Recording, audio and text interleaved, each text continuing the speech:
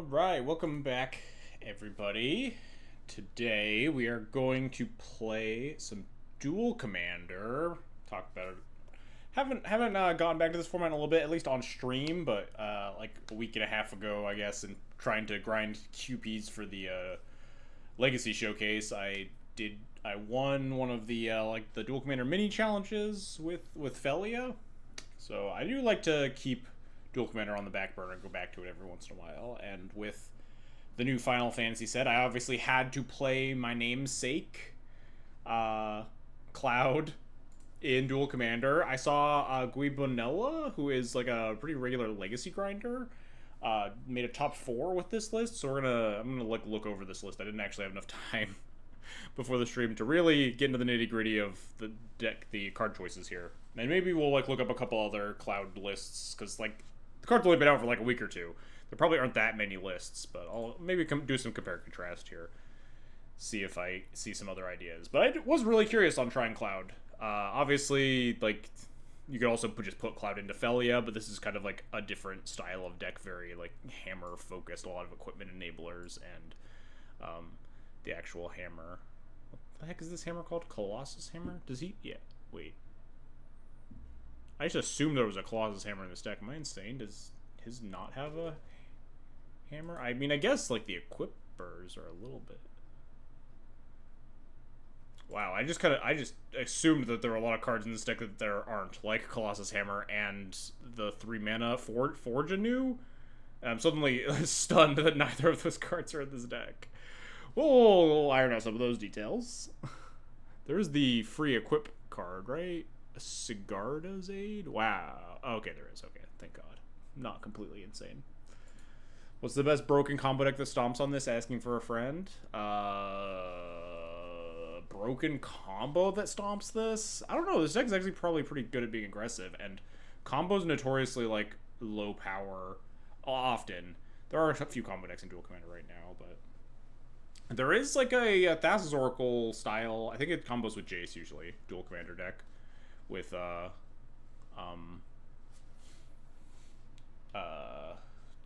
what is Glarb?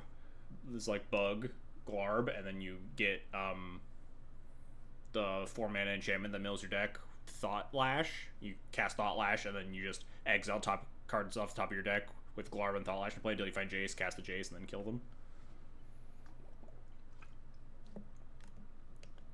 That's the main combo deck that I've seen. That one and High Tide with Lier. Although people have been saying that Vivi is pretty sick. So anyway, this is not what I assumed at all when I just opened up a Cloud list. I assumed there would be like a couple more enablers for just like you just get to play Colossus Hammer in the aggro matchups, but I guess that's not the direction he went in. There are literally only 3 Cloud deck lists on MTG Top 8 at least. I might check. There's a different website that usually has more Duel Commander lists. This is the other one I was looking at, which looked a little bit more like the one I kind of expected. It has Colossus Hammer, Forge Anew, which does just kind of seem pretty good in this deck. Some other maybe notable exceptions. It's gonna be hard to like actually sit here and compare and contrast the lists with all the different one-ofs.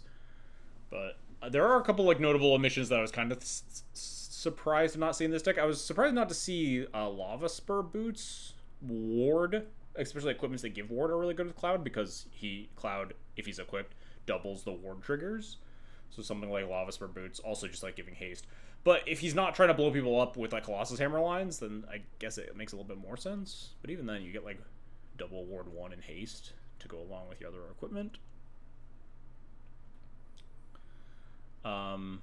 That Fortune New Colossus Hammer, and what is it? Dancer's Chakrams. I was kind of surprised not to see, but this one might just be kind of an omission. I think this card's just better than Batterskull in your equipment deck, though. A lot of the time, it's like just a 3/3 lifelink that also gives your commander a buff and lifelink. And it costs 4 instead of 5, notably, which is very important because you can't really cheat out Batterskull without specifically our 1 Stoneforge Mystic. A double haste, that is not how Cloud works, but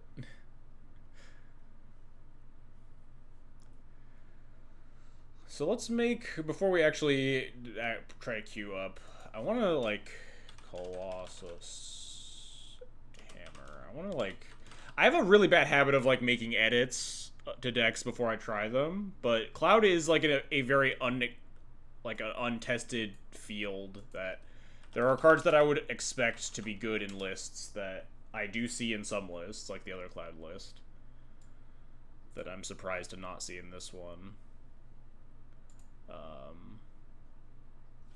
Oh, like Chakram, the card I was literally just talking about.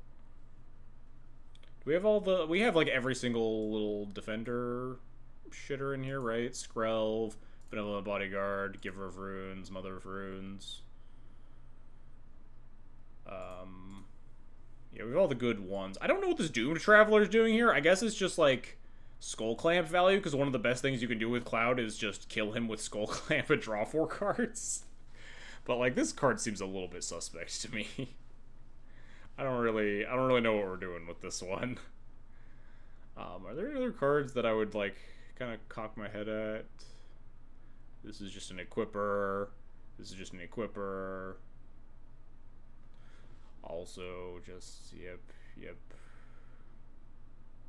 This is just a 3-mana creature Equipper. I guess it's fine. This gives Cloud Ward.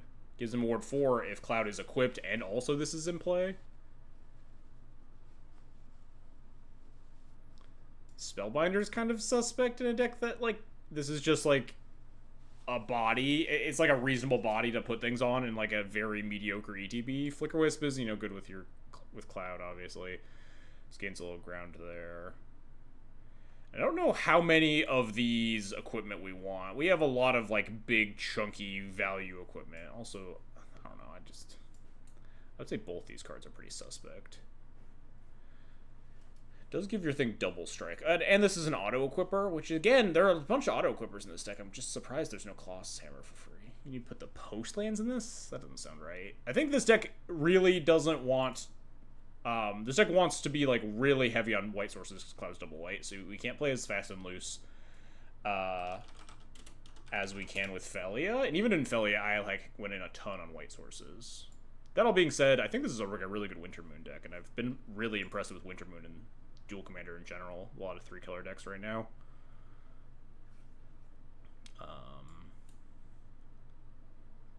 Let's just stack this here so I can stack... Why are we playing Flagstones? It's, I think, Cataclysm.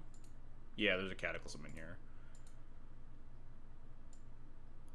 This is, like, again, this is a list that I just totally yoinked from Guibanilla.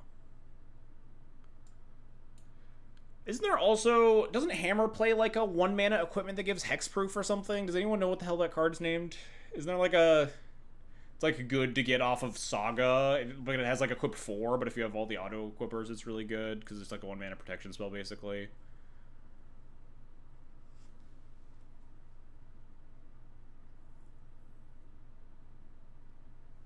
Commander's Plate is pretty similar to that, honestly. Gives +3/+3 and protection from everything but white, which is, like, pretty nuts, so maybe you don't need the other one.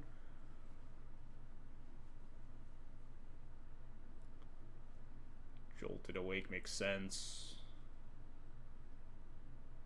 Are we only playing Jolted Awake? Isn't there, like, another version of this? Oh, this one gives back artifacts, too. Okay, never mind. Fair enough. The other ones just give back creatures.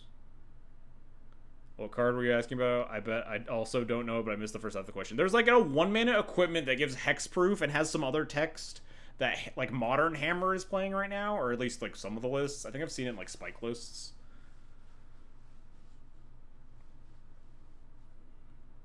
A Dragonfire Blade, that's it. Hexproof from monocolored. Yeah, that's it. Yeah, that card doesn't seem very good. Alright, never mind. I think it's probably just worse than Commander's Plate in almost every instance, huh? Because it just... I mean, I guess it's cheaper to equip to not Commanders.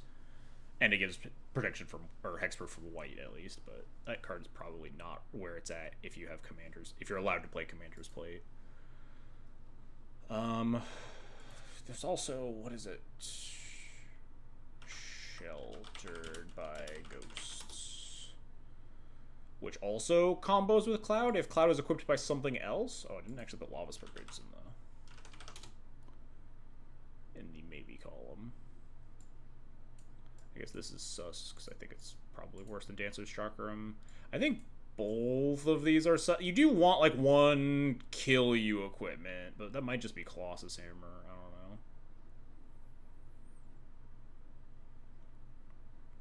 This was kind of a suspect card. And is there anything else in here that, like, seems kind of sketch?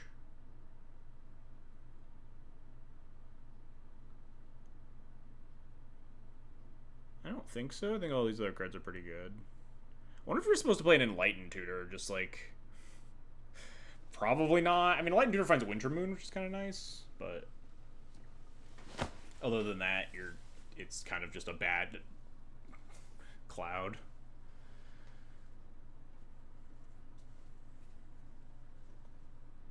Is the Phyrexian Mom worth it? Yeah, we play all the moms. We got Skreld in here.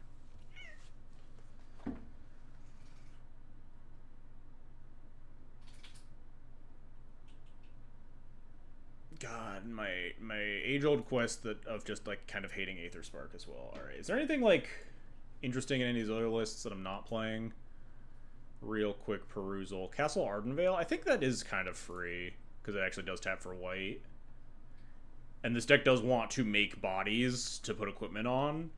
I don't know if I want, like, Murex levels. But I think I am Castle Ardenvale levels. If you're able to zoom at all, you stick. Yeah, we can zoom in here. So people can actually see the cards. Cloud, get out of here.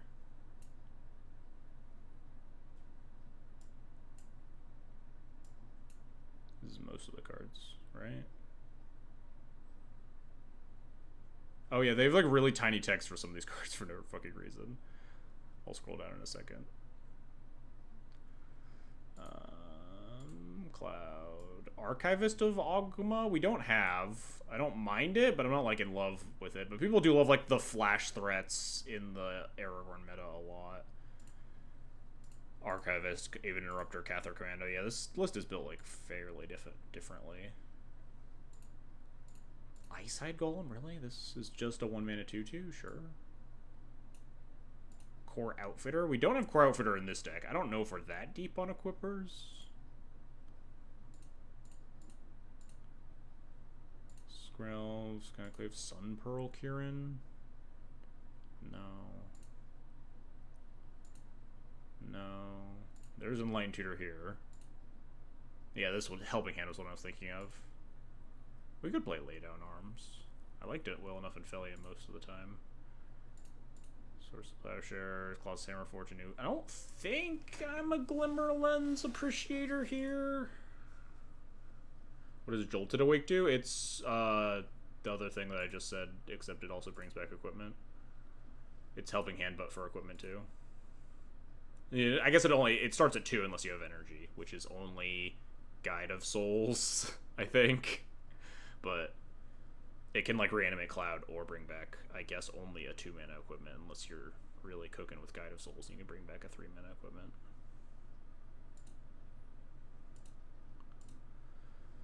This one does have Feast and Famine. We can put it on the list.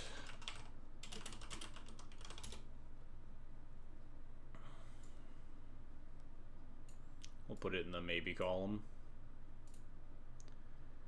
Virtual Volunteer. This person just like really likes the flash cards, which makes sense if like you're bad against Aragorn. One of the best things you can do is add a lot of cards with flash that you can show up at instant speed. This is why they have like Archivist, Aven Interrupter, Cathar Commando, Containment Priest, which is also good against like Felia and Reanimator, Virtue of Loyalty, Restoration Angel, stuff like that. Things that you can hold up and then fire off on your opponent's turn. I don't really see the vision on Dust Bowl. Wait, do we not have a Gemstone Caverns in this deck? That seems nutty. Gemstone Caverns. I'm a big Gemstone Caverns fan in monocolor decks in Duel Commander specifically. Play Tower of the Magistrate for the Cloud Mirror. This one has Palace Jailer in it. Do we have Palace Jailer? No.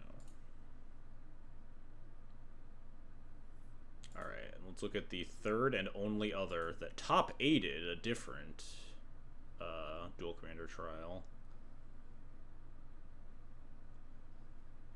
Wait, is this just... Yeah, I think this is literally just Guibanilla's list. Again.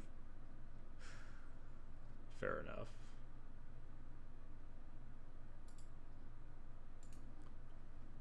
Check MTG decks real quick. See if there's anything there.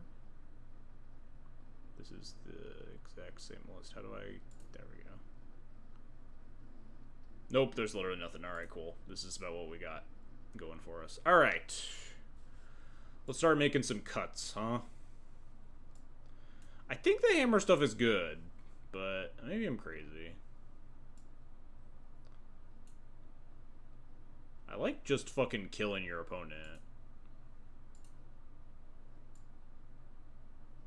Maybe it's possible you don't have enough activators to make it consistent. And like you just want these other pieces that are better when you don't have the activator. Like Sword of War and Peace is pretty good at killing your opponent, but usually only like when the Cloud's holding it, right? Probably just want a Graveyard Piece for Urza's Saga. Seems fine. Springleaf Drum I'm a little skeptical on. Kind of always hate putting this card in my Urza's Saga decks. I guess we could also play, if we wanted a value, I guess, no, with Cloud you don't really need to play Torch. There's, you got the same thought as me. You think you just play, if you want like value, you just go get Skull Clamp and Skull Clamp your Cloud and draw 4 cards. How many equippers are there? That is a good question. We could play Core Outfitter, which we're not, but we have Sigarda's Aid, Pure Steel, Kemba, Helitrooper does not qualify, Frodo, wait, I'm not counting, is anyone counting? Fuck. 1, 2, 3, 4, 5. This one's probably in the maybe cut pile, honestly. 5, 6 if we had Fortune New. Frodo doesn't work with Hammer. Wait, does it not? This says 2 or 3. This card sucks so bad. What the fuck is this? Why would they do this? That was specifically targeted at Colossus Hammer. What the fuck is this shit?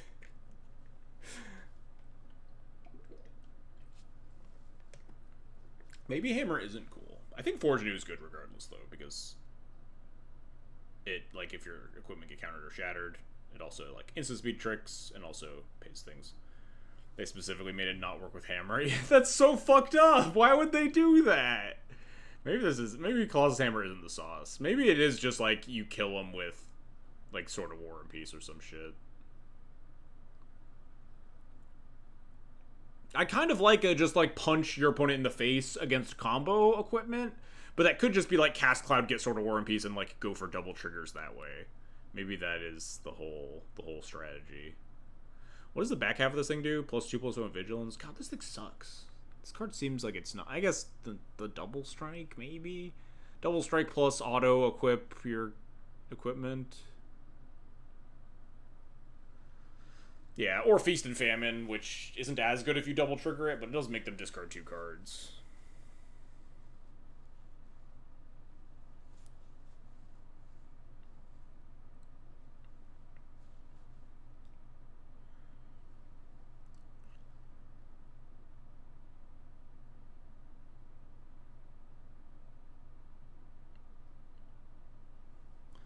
I think this is close to what I want to be doing.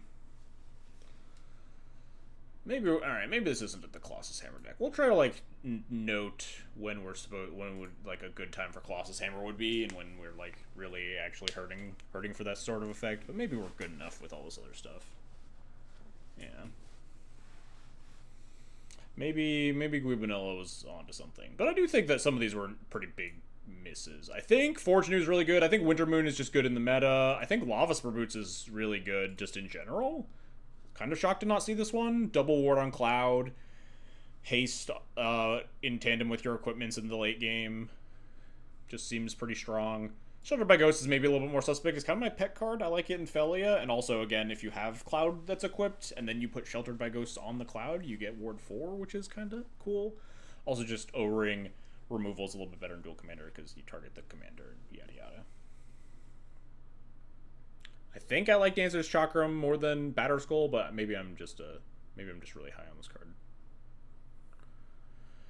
I think I can just cut this Doom Traveler. I really don't know what it's doing in this fucking deck. I think Sword of War and Peace makes the cut just because Pro Red and White notably is really good versus Aragorn. Also, just punching your opponent in the face.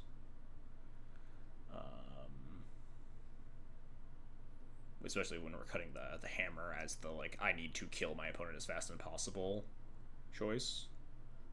Am I right in assuming Stone Hero Giant is far from playable? Doesn't that card cost like 9 billion mana?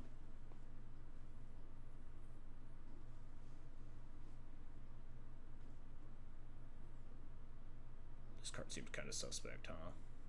5, but yeah, that's like 9 billion. This card, you get 4 1/1s if you equip it to Cloud and attack. Do I even want that? I guess it's better on like a clogged board state where your Cloud doesn't like connect, but then you have like GTA or something, right? I guess GTA plus Cloud, your Cloud like dies a lot. Speaking from experience, do we even want Shadow Spear? I guess Trample's good, but like, is Shadow Spear suspect? It's an equipment. It's a good Saga thing, but like so is Boots, right?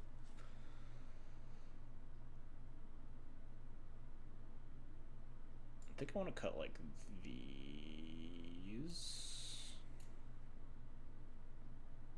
The swords are there for pushing damage through clogged boards. Yeah, I'm trying to think of if there are clogged boards that aren't like those colors specifically. Not really. Not a lot of like green creature-y decks. I guess Slimefoot and Squee. But then you really want just, I guess GTA. Yeah, you probably just mostly want GTA versus like Slimefoot and Squee.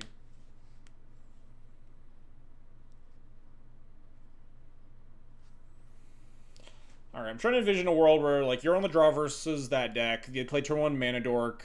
You have turn 1, who cares? They have turn 2 Slimefoot Squee. You have turn 2 Play Cloud. What do you get versus that? I guess it's probably just Skullclamp. that probably fulfills a lot of use cases, is your ability to tutor your draw 4. So I guess that thought exercise isn't the most important thing in the world. What if we just, like, cut these? I also kind of just hate Reprieve every time I put it in my Dual Commander decks, but maybe I'm like super off base with that. Maybe it's Wandering Emperor. I don't really know what this is, like just like a random flashy value card. Let's just do this. Wait, this is 100 cards. Fuck, I have to cut one more.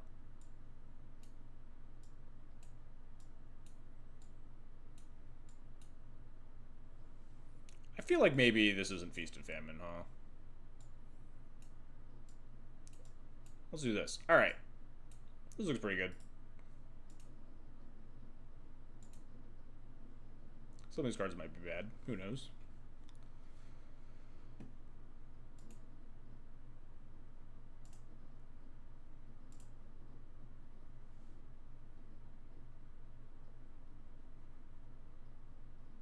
Looks prelim. Anybody in here? Classic. Alright, Dual Commander League. Can we play Balance in this format? We used to, actually, until surprisingly recently.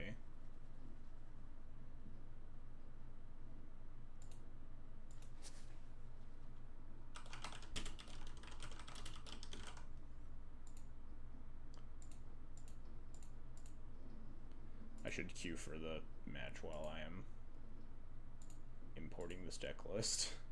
Because Dual Commander queues can take a little bit sometimes.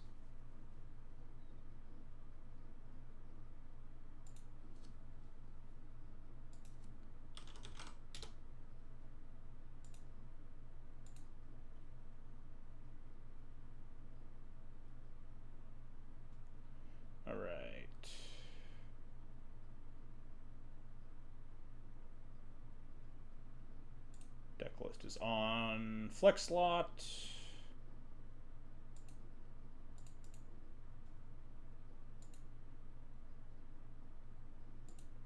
Ooh, Adeline. Just like mono white aggro-y stuff. Shit. This Winter Moon's not very good. My hand is not conducive to casting Cloud, but Ephemerate Solitude's gotta be really good against Adeline.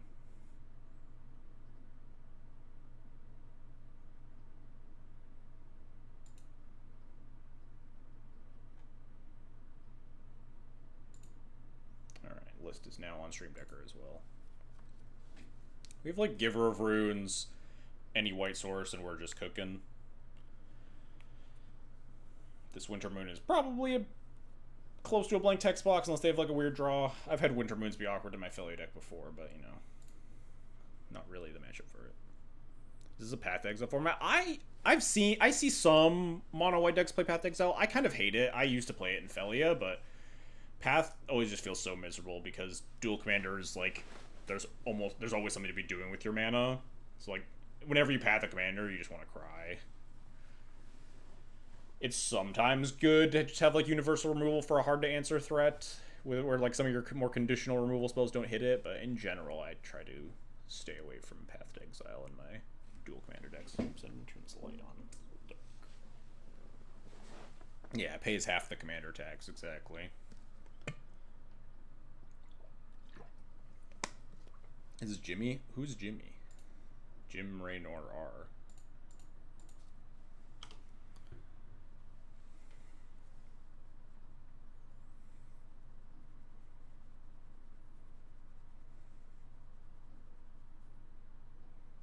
I'm gonna get so fucking cooked. Not having a white source is fine.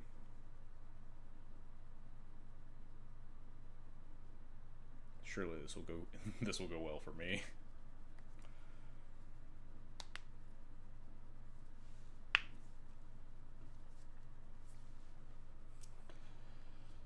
Ideally, we draw white source, play Cloud, just go get Skull Clamp immediately. That's probably a pretty...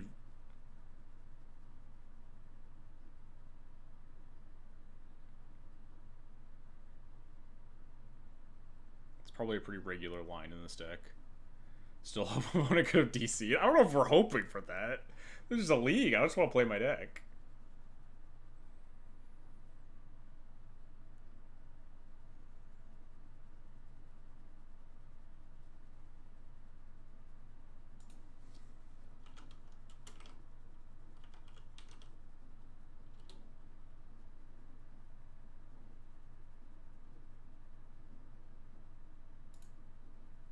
Please don't tell me you don't know who Jim Raynor is. No, why would I? Jim Raynor. StarCraft character? I've never played a StarCraft game. Dog?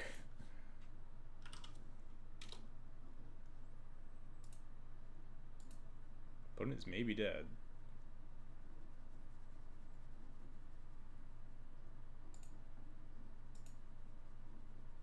I thought you watched Brood Wars. Wait, when did I ever come across as a StarCraft player? Oh, you're mixing up me and Akla, the two D&T streamers. How could you? The single player campaign is deceptively good. Yeah, I don't know.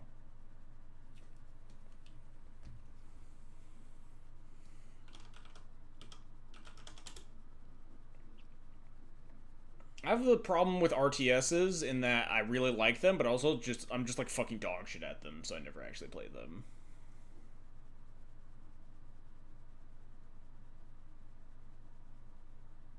Opponent is maybe dead, which I guess is an out. That's how I am with Souls games. That's valid, yeah. I respect that.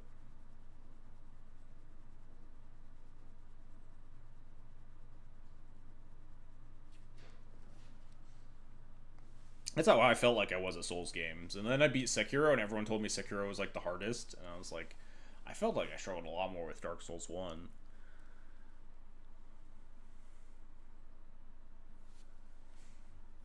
And I played Elden. Elden Ring was fucking sweet, but also Elden Ring was like kind of easy.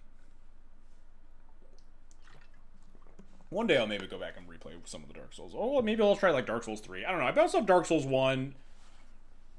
It felt like it was like I wasn't like not having fun because the game was too hard. It just like was the difficulty was in a lot of uninteresting ways of like just like the oh, you died to the boss, time to like backtrack for 5 minutes to get back to the boss area sort of thing. It was just like not fun ways of artificial difficulty.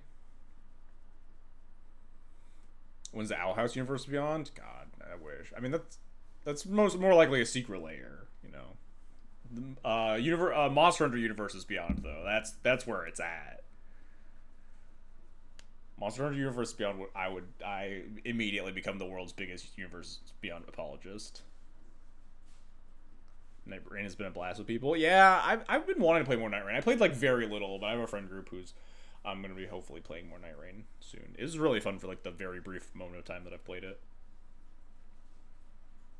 Can we drop from this league and play StarCraft? Wings of Liberty campaign is free. All right. Do we drop and no, I don't want to drop and play StarCraft. Ikoria 3 could give me hope. Yeah, like they could do like what they did with like the Final Fantasy skins on like normal cards. They could do so many like do the 10 companions, but they all have like Monster Hunter monster skins. Monster Hunter would legitimately be a really good Universes Beyond IP, I think. Very biased opinion, but it would be like great.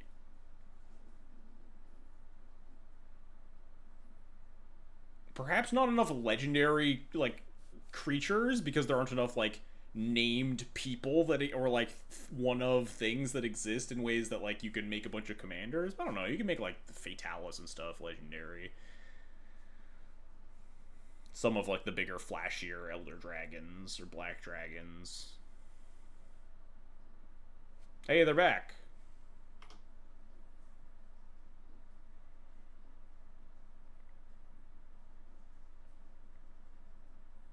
I so sidetracked I forgot that I was like praying to draw a white source.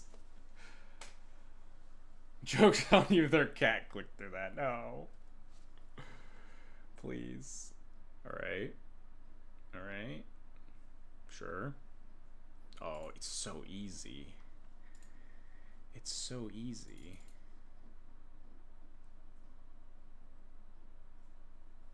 No, we just get Skull Clamp.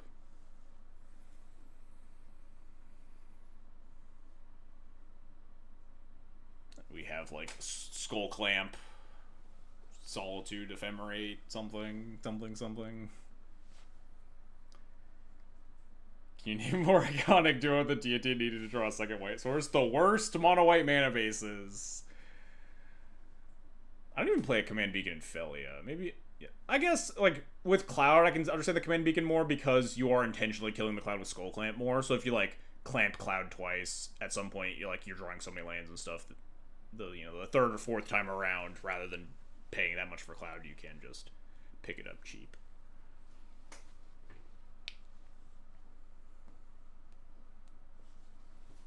Is it even right to clamp him next turn? We're going up to 6 cards in hand. Next turn we draw to 7, go down to 6. Wait, hang on. Yeah, go down to 6. Play clamp down to 5. We're gonna like have to discard unless we can Solitude Ephemerate that turn. Maybe they'll probably play a second creature. They're an Adeline deck, right?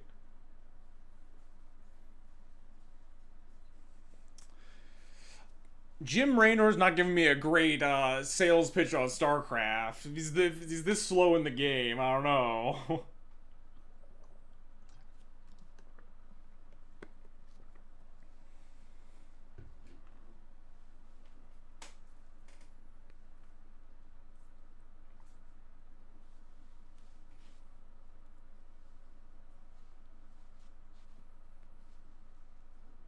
Jim Raynor needs better AP. Oh, so many equipment. Where's my Skull Clamp? Grab the old clamp.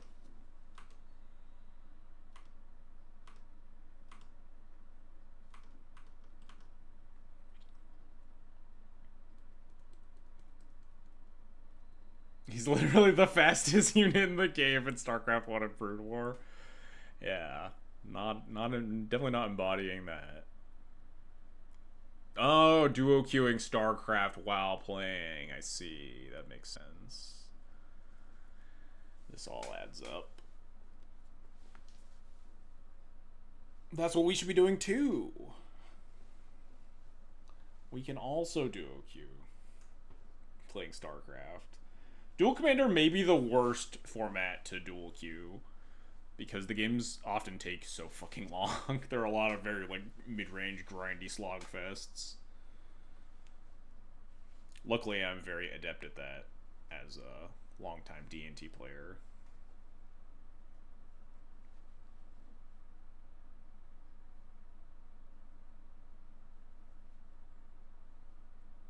Could be worse. You could be playing CDH. I mean, yeah, I would much rather if my options were play StarCraft to play CDH. You know where I'd be.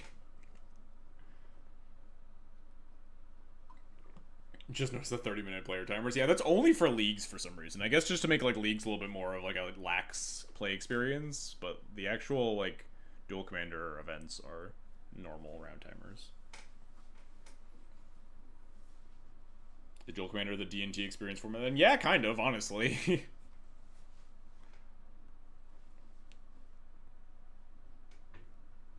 Has everyone in chat just like plays? I get that StarCraft's like a really big game. Just feels like everyone in chat's just like, oh yeah, blah blah blah, a bunch of fucking StarCraft words. What the fuck is this?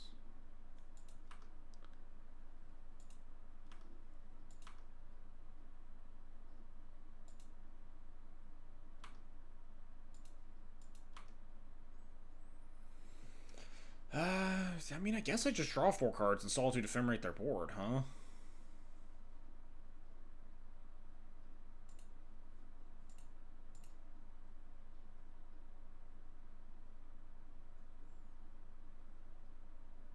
Seems like pretty unbeatable. 30 to 40 and our nerd, there's a jerk good range. I'm 30 and a nerd. I guess I am in the minority very distinctly. I also like wasn't a big like Blizzard kid because I wasn't like a computer gamer in high school.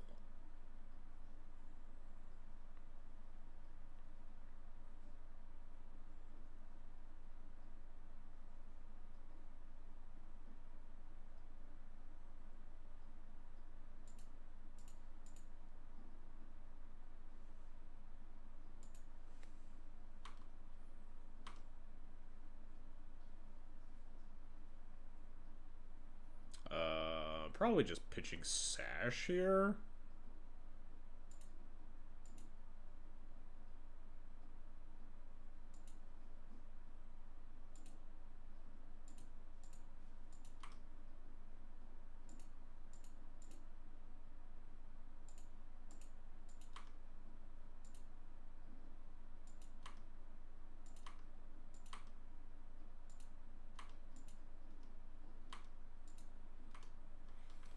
Now we just time walk them. Or just cast Adeline for no reason. Deal. Chat, I'm not gonna lie. Is this a bot? Do people bot MTGO? I had this experience once before playing Duel Commander where like my opponent was playing a really like shitty all commons like mono white aggro deck, and I was pretty convinced that it was just a bot. And like there's no reason you would ever cast Adeline here if like you like knew anything about Magic, right? Unless they're gonna like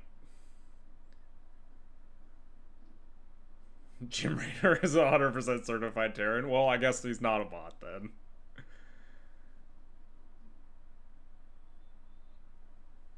It's like some people are just bad at Magic. I mean, this is just like a very similar play experience to one that I had previously in Duel Commander. In like very similar, they were playing the 1-mana Gideon Kithian or whatever instead, but like this is not like a Duel Commander card. This is a bulk common. And like this is not a play that someone who just decided to show up onto the Duel Commander queues would make. Is cast my 3-drop into Rebounding Ephemerate on Solitude. and also like pause for 2 minutes between every single game action.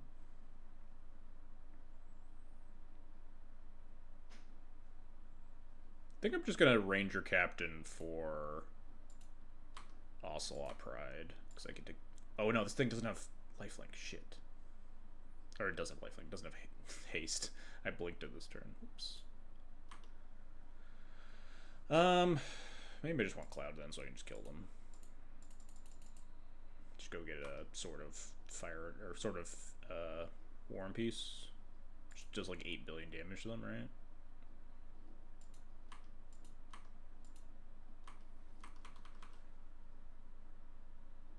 If they're too busy win trading in multiple forms. Yeah, maybe it is a human. I don't know if like bots can actually play MTGO genuinely. So maybe it is just a person playing like a bad deck. Who knows? Humans can barely play MTGO. 5, 10, I don't know. This is probably like super lethal. Or not actually lethal, but like pretty close to it, right?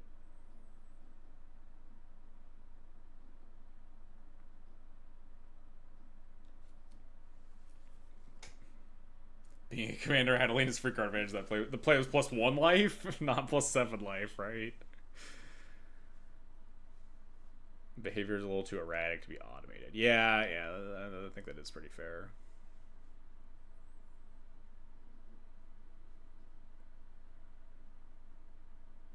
They used to play bots in Vintage, really? Yeah, maybe it's just win trading with bad decks. Let's see if we can find their MTG Goldfish results. It's also a little suspect that they are the default. No tournament results found.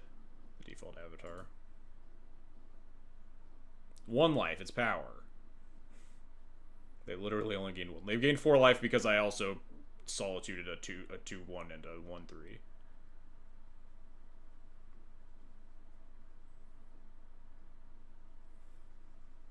That was win trading, right? That's not botting, right? That's different. There are real humans that are trying to line up and play against each other.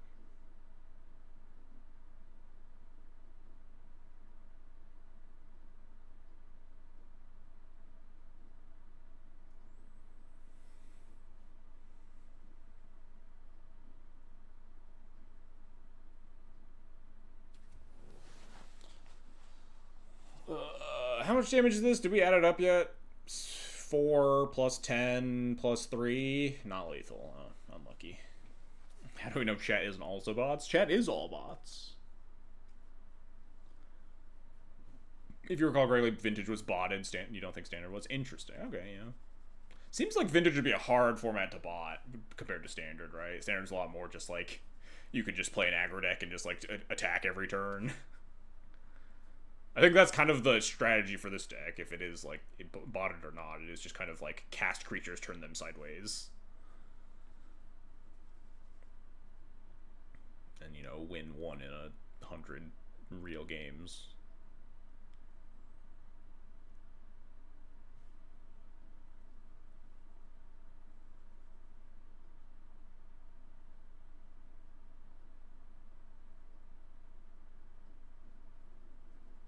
It is Cloud from Final Fantasy.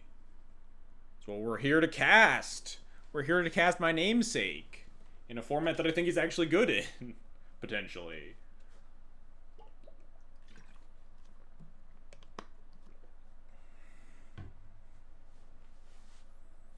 We're gonna gain so much life. How's my opponent gonna beat 32 life? Not particular. I guess, yeah, if you bot in a way that, like, you don't play against real people ever. What's a better game, Final Fantasy or the Jimmy experience? Is this the Jimmy experience? I would maybe rather play CEDH than this, but it's close. Maybe it's not close. At least this doesn't take 11 hours.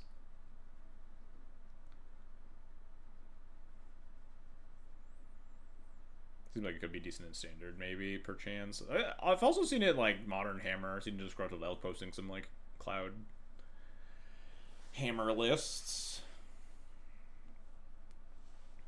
I would maybe rather. There is a maybe in there. I would maybe rather play CDH. It's not a definitive thing.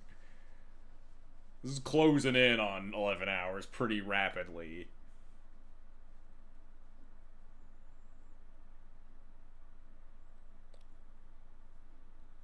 You're on thin ice, buddy. We have on thin ice in this deck. Your buddy took 6th in the tournament with 11-hour games. That's dedication.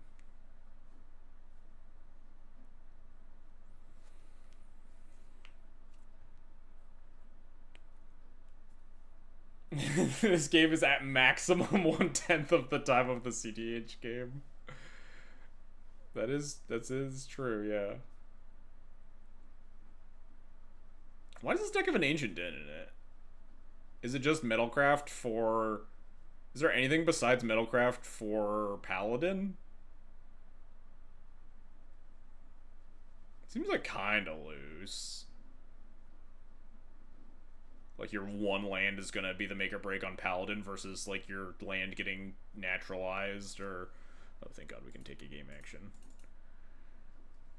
Witch Enchanted or Collector Oofed or... Wow, they conceded? So it's a real... There's gotta be a real human there, because they weren't dead.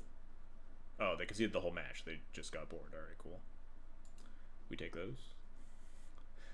They played for so long, and they're just like, alright, never mind.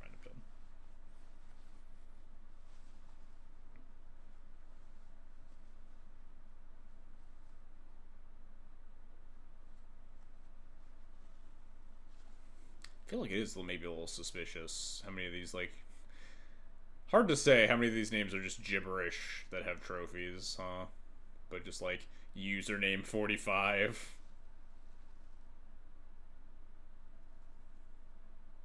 But, like, some people do have, like, weird gibberishy usernames, so it's hard to tell. And that person just had, like, an actual name. I was a real person, Selfie Sec. I remember them back when they used to beat the shit out of me in Modern with Mardu Pyromancer when I was on Black White Eldrazi taxes. Those hands pretty fire. I put some respect on username 4-5. Wait, is he actually a dedicated grabber, or are you memeing on me? I genuinely can't tell. I think we turn on Pride versus Slimefoot and Squee.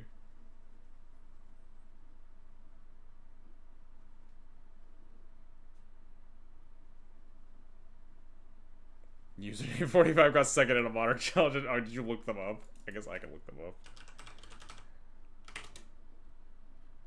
Oh, they're a dedicated Duel Commander player. They got a lot of Duel Commander results with, like, real Duel Commander decks. I should put some respect on their name.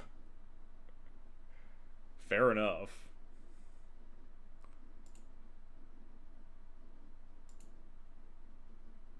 Oh, the Mold of 5, jeez. That's pretty brutal for them. Especially when I have a bunch of removal spells in my hand. If they go like turn 1 Mana Dork, we can Portable Hull Sentinel. If they Thought Seize me, I'll be fine. Not sure. We'll kill that and play Esper Sentinel.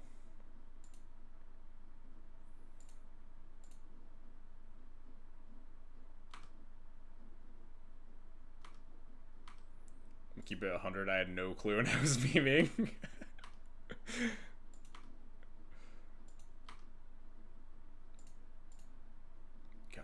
Moto suddenly lacking like crazy. 1, 2, 3, 4, 5, 6, 7, 8, 9. If we can on thin, no, if Cloud gets a 1, then we can Pride. Then we can ascend with Pride, right? 1, 2, 3, 4, 5, 6, 7, 8. The 9th would be on thin ice or the 1 mana equipment. The Skull Clamp we get off of Cloud.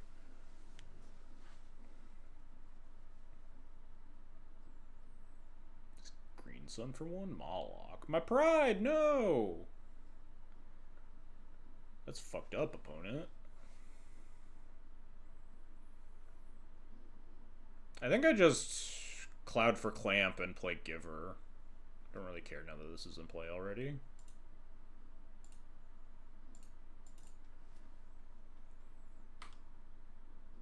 Just getting Skull Clamp every single time seems pretty good. Maybe you just, like, don't need a bunch of equipment in this deck. You just like you're just a mono white value deck, and you just always cloud for Skull Clamp. That's just the entire strategy.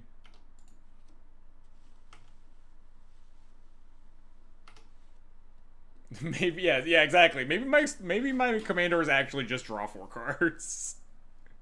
Maybe we're very quickly learning something about this deck.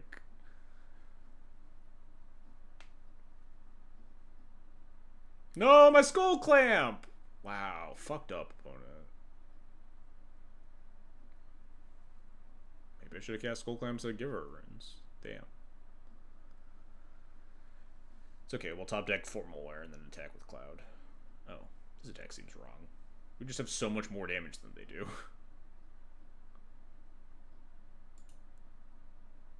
We don't have, yeah, it's like 22 to 14. This deck seems like kind of crazy. Did we add Fortune? No, we did.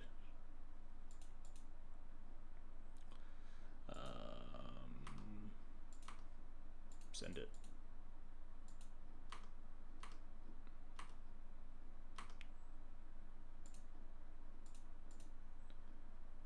I think I'm not going to play this Witch Enchanter out as a land. Or as, like, I'm gonna hold it in case we draw more land and want to blow something up, or we can play it out as a land later, I think.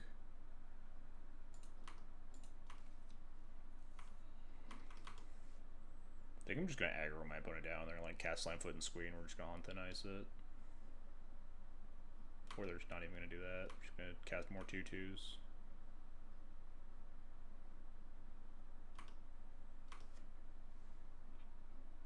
Ooh. 1, 2, 3, 4, 5, 6, 7.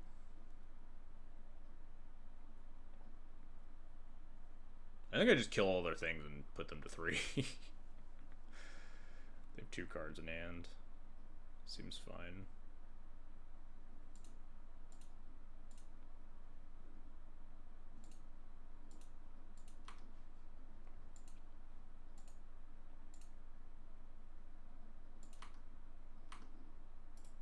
Can I attack with everything? Put them to 2? Does the Giver Runes really do anything? Not really. Yeah, fuck it. I have, like, nothing that I'm protecting.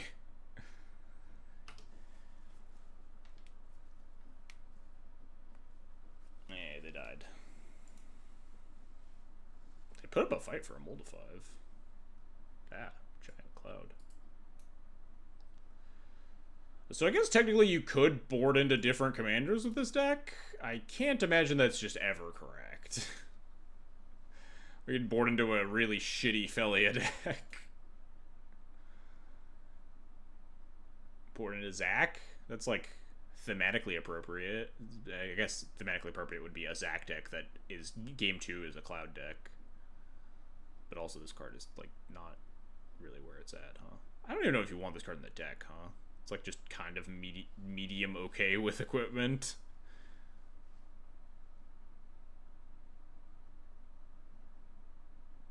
Anyway.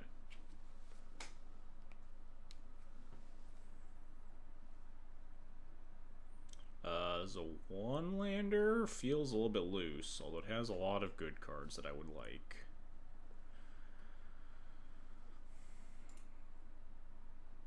When your commander is Skull Clamp, I think you can mulligan more aggressively. I think we're just bottoming this Hella Trooper, because I think we're just running back the Skull Clamp strats. I'm probably gonna go like Giver into Bodyguard Drum. Wait, that doesn't work. Whatever. Because it's a little awkward that this hand doesn't actually have, like, removal. If they just do the classic turn 1 Dork, turn 2... Oh, nice, they didn't. Turn 2 Slimefoot. That's a pretty good one, honestly. So if I do turn 1 Giver, and then turn 2, I play the Drum, and then I play the Bodyguard, I only have 1 mana left. I could just play the Aid after that.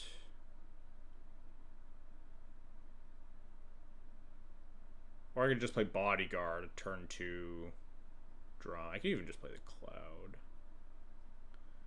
I think we'll play Giver. figure out what to do based on what they do next turn. Their clamp is scary, certainly, with their commander. But we can go card for card for it. We ideally, like... No, my clamp! Can you cut it out? I need that clamp. Oh, this is pretty decent against them. Please stop playing things that blow up my skull clamp. Kind of want those. I also kind of want to just reprieve here. I'm a 3-mana turn. It's also like why I always hate reprieve in these mono white decks, though. This deck constantly wants to be tapping out. If I hold up reprieve here and then my opponent doesn't do anything reprieve worthy, then it's just like kind of. If my opponent just like casts a 1-drop, then I'm just really bummed that I have reprieve in my deck. I think we just played drum. We do really want to hit 3rd land drop.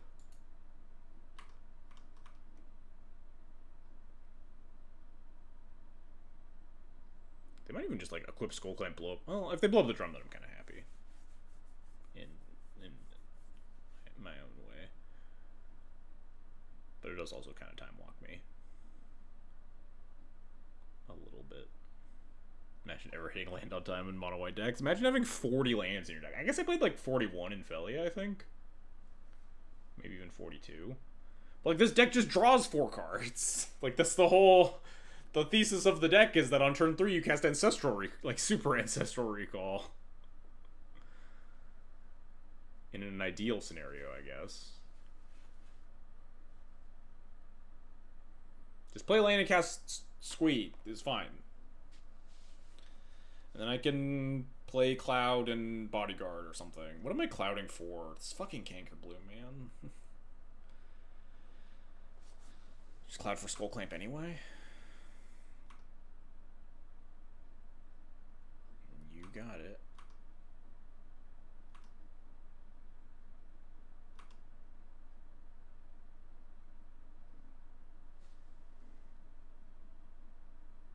Thank God.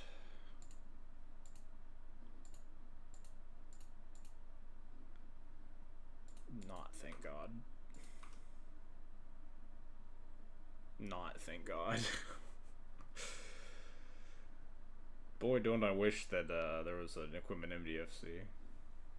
That I could just cloud for a land drop here. We do have 3 mana, notably. Does that do anything for me?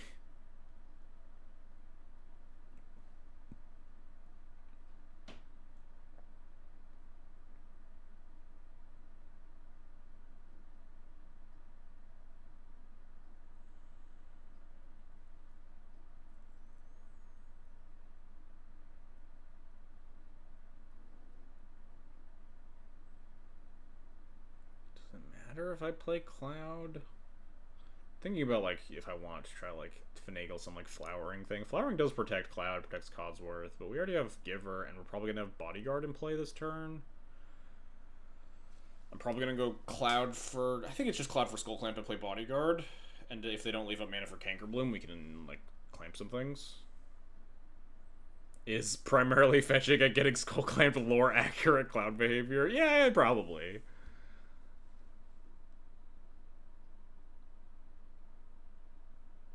So we play Bodyguard first, so we can tap the Bodyguard to play Cloud.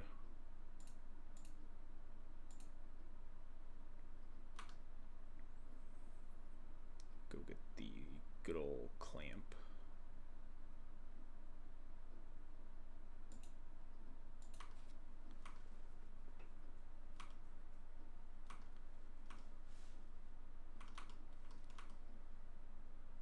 Do we have a recommission in the deck? I don't know what recommission does. But probably not, because I don't know what it does.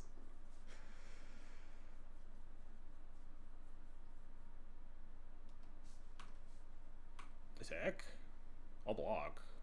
I feel like I for sure just trade Cloud for this, right? Given how much it's giving me fits. Maybe, do I? Maybe I don't. I have 2 protection things. I can just block and then give it pro green. And then if they sack it, sure. And then I also have Benevolent Bodyguard.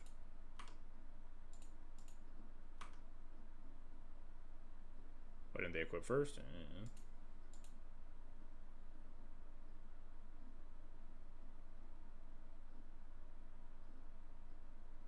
That doesn't even...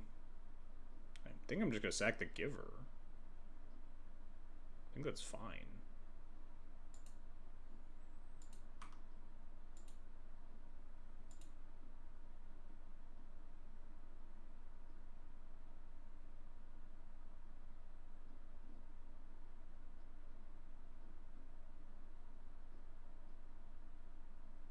It's kind of funny that if I play Flowering with a White Tree, then I can't clamp Cloud to draw 4 cards.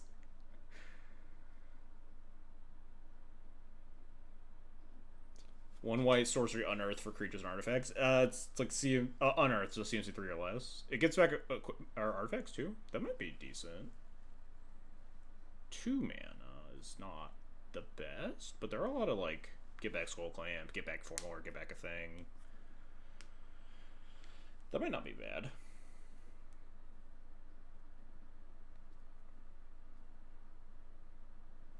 A rare way to recover your Clamp. We have a couple ways to recover Clamp, because we have Jolted... Is it Jolted Awake? Is that the one? And then we have Forge Anew. And then we have Sid as well. But I could definitely see Recommission being playable. What is happening today? I guess I'm actually behind 3 minutes on clock, so I shouldn't complain. But, like, I don't know what my opponent's sitting there thinking about. Regretting the decision to not equip the Skull Clamp to their Canker Bloom before attacking. It's a bad showing for Duel Commander time-wise, yeah. At least we're playing, like, actual Magic here.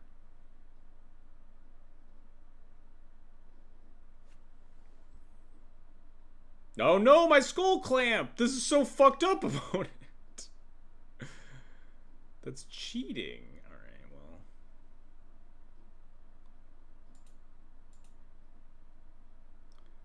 Give it Pro Black. And then Pro Green. And then kill it.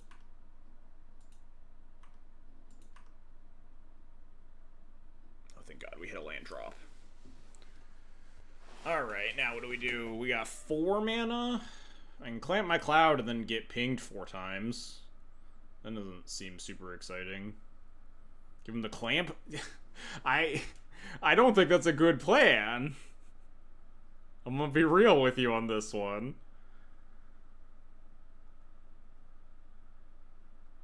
I don't think giving him the clamp is where it's at. You just wanted to quote something? Alright, fair enough. Their hand is still their stupid thing, and they're free to clamp stuff, which sucks. I mean, I kind of want to draw 4 cards anyway. It's probably not a good idea, though. What is my other play here? Like, Codsworth's Ghost Vacuum?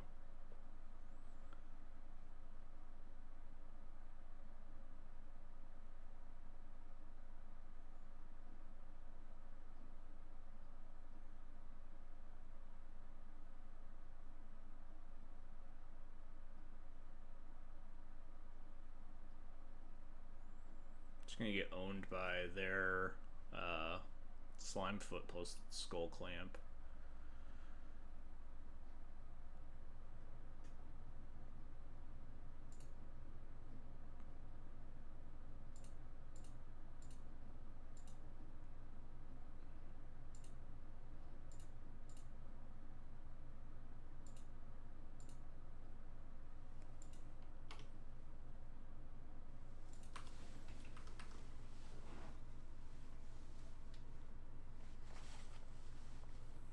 I didn't make Cloud Commander to not give him the clamp. I mean, there are a lot of other equipments in the deck.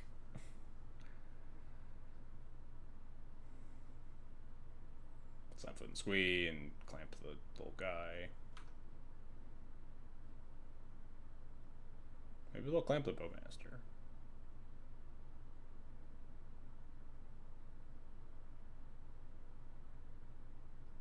Damn.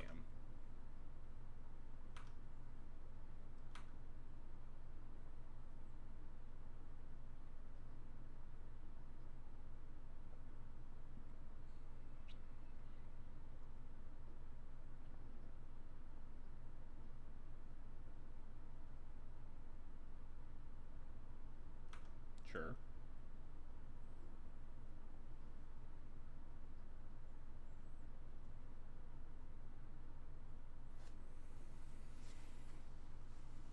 What am I doing next turn? Just playing Flowering of the White Tree?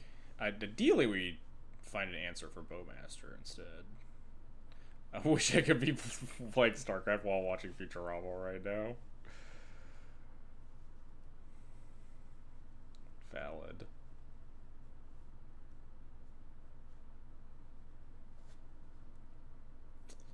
Wow, that's fucked up.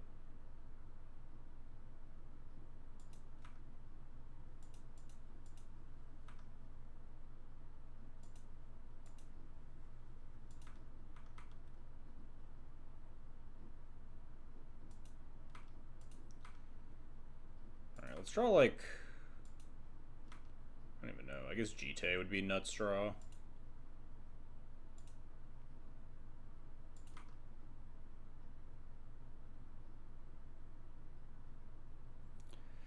Do we just have to clamp Cloud?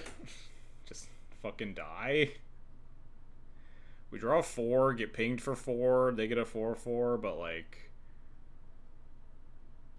Feels like we're not doing anything else. The next X damage is... Wait, hang on. We can Shining Shoal the first Bowmaster's ping back to the Bowmasters, and it only triggers twice, right? Off the first draw too. It actually stops both, I think. Wait, no, the second one would fizzle. I don't know. I don't want to think about it too hard.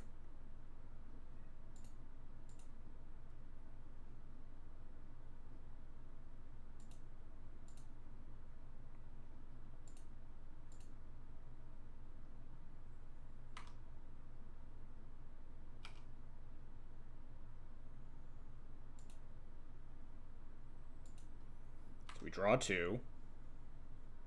Did not draw any white cards. Excellent. Alright, so I need to remember how to cast Shining Shoal. I click on the Bowmasters because it is the target of the spell. The next X damage that a source of your choice would deal to you or creatures you control is dealt to any target instead. So we Shining Shoal. Target the Bowmasters. I hate casting Shining Shoal on Moto. Exile that. Choose the source. Bowmasters. This pink still goes through, I think? Yeah, okay.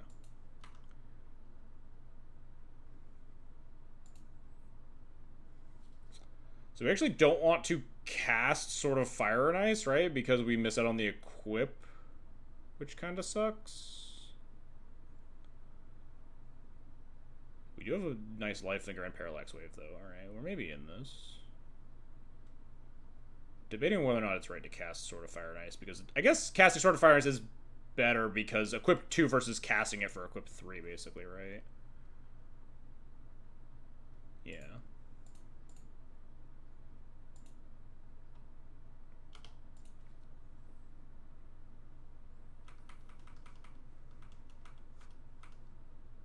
Does flash? Oh, yeah, true. It's kind of whatever.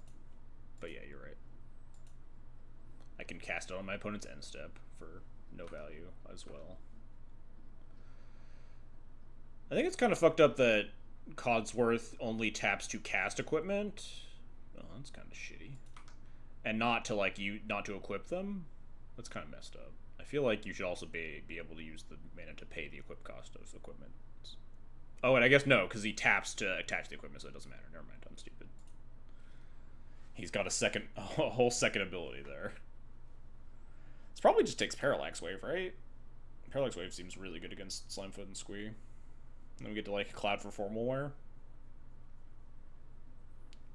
Yeah. We're also like getting towards Activate Ghost Vacuum, which is nice. I'm gonna nab this Bowmaster. They cast 5 mana Slimefoot and Squee. Oh, come on. Alright, sure. I will eat... I think the Bowmaster is still the best to eat here, honestly. Because if I activate the Ghost Vacuum, I can, like, help turn off their Skull Clamp. I guess I also have the answer to the Skull Clamp underneath here, but whatever.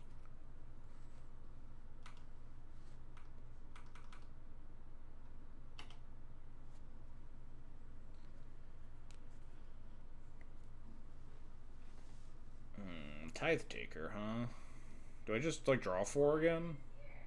I don't think I'm allowed to just keep drawing cards and not doing anything. Because I could, like, cast Cloud, draw 4, but then I'm at 12. I'm taking 5, 6, 7, plus who knows how much.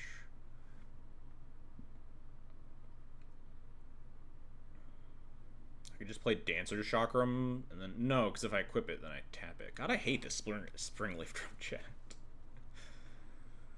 Springleaf Drum sucks so bad. This is just a 3/3, so it doesn't block.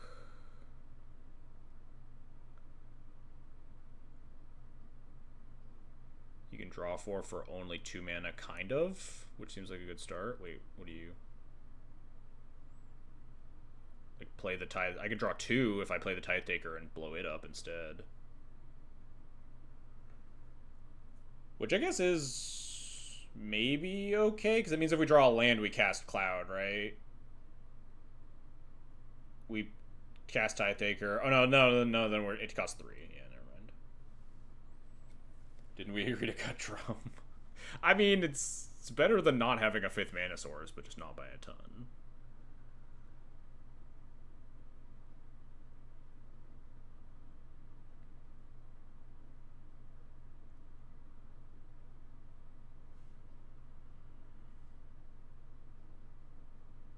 I think I just played Cloud to go get some big equipment. Maybe it's just GTA.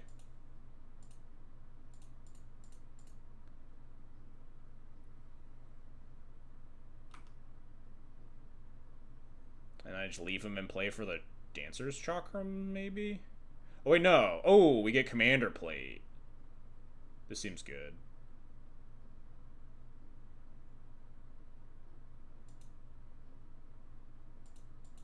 I don't know when I'm supposed to cast this, but this seems pretty good.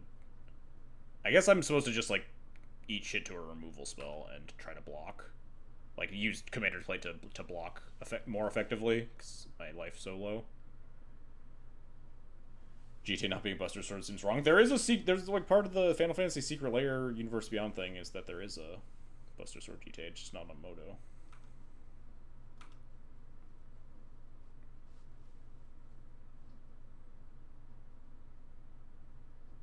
Oh, that's what you're saying. Yeah, I think it's just not online. I definitely will pick that one up for paper if there's ever a world that GTA becomes playable again.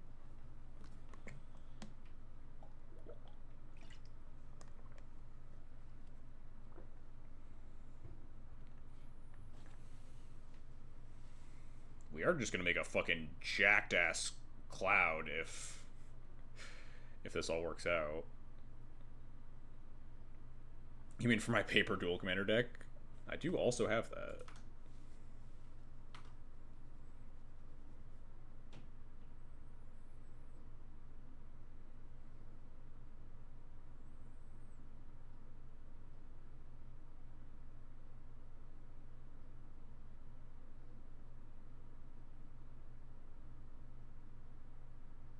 I've never played a game of paper dual commander though, unfortunately, much to my chagrin.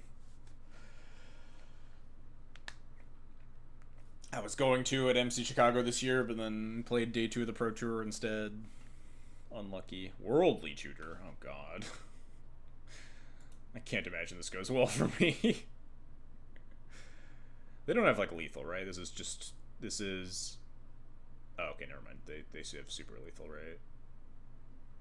Wait, is that lethal? No, not if I block. If they throw something at that, then I take... I don't know. Whatever. I'm gonna make them figure it out. I imagine this is going to kill my Cloud. If I try to protect the Cloud, then I do die, because then it's just 8 plus 4 is 12 minimum, minus, like, plus the Scavenging Ooze damages. So I just have to use Cloud to block.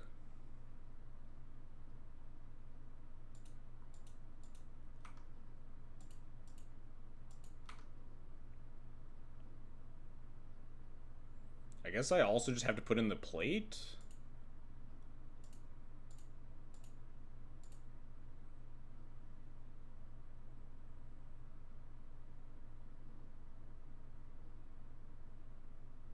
Then they throw the Orc Army at Cloud. But then I don't take a lot of damage. Oh, they just have a removal spell.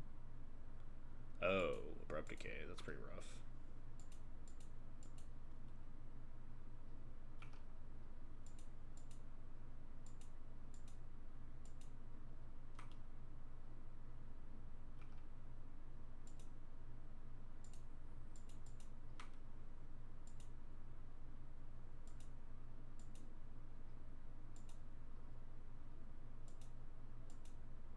Yeah, I don't foresee a ton of worlds where we win this game.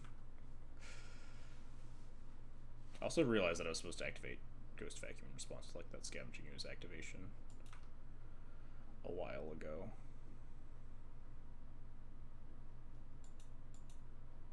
But oh well.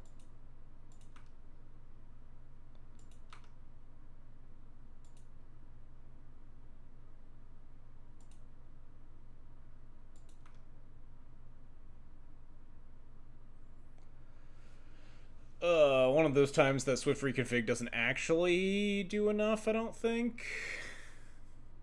Because they can just crew the Bombardier and attack me with it. I think this is just Tithe Taker draw 2.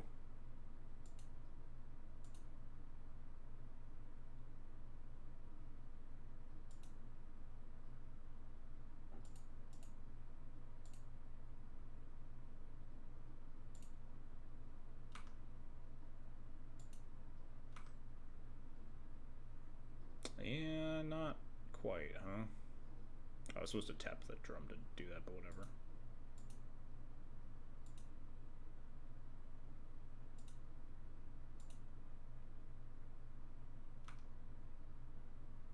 Yeah, not quite, huh? Alright, game 3 time. What an awkward game. Why does Cloud just get enormous every time we go into sideboards?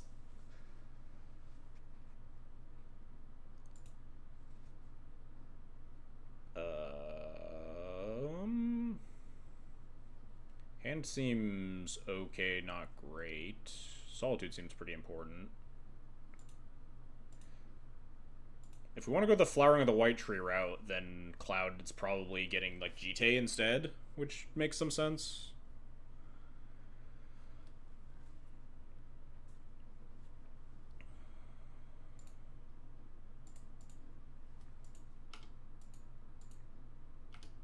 Do I Solitude a Mana Dork?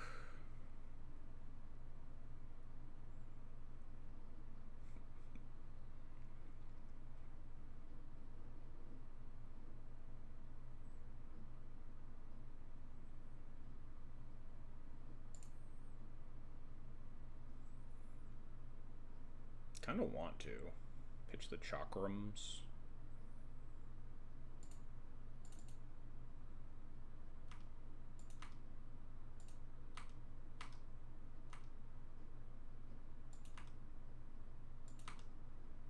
Maybe that's insane. I don't know. They just play Slimefoot next turn. I Solitude that, play Cloud, go get, like, Jite. Although, then I'd rather just, like, Solitude this, delay them a turn, go get Jite with Cloud, and then be able to, like, attack into Slimefoot with Cloud holding a Jite and get, like, double triggers and smush them, right?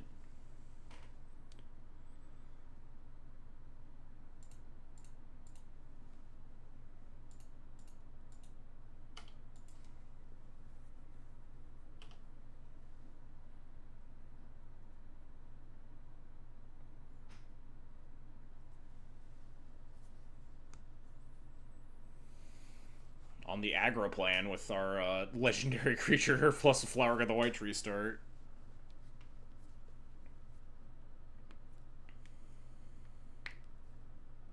If we get Cloud equipped, he's got Ward 2, which is pretty nice.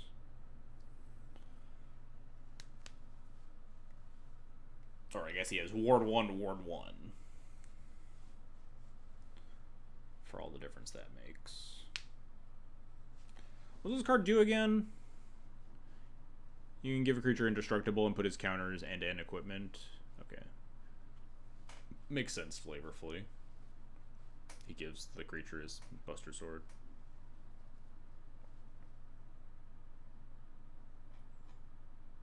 Well, so much for that.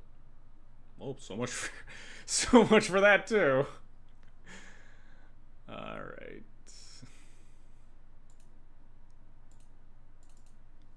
I think I want to just get Formalware here.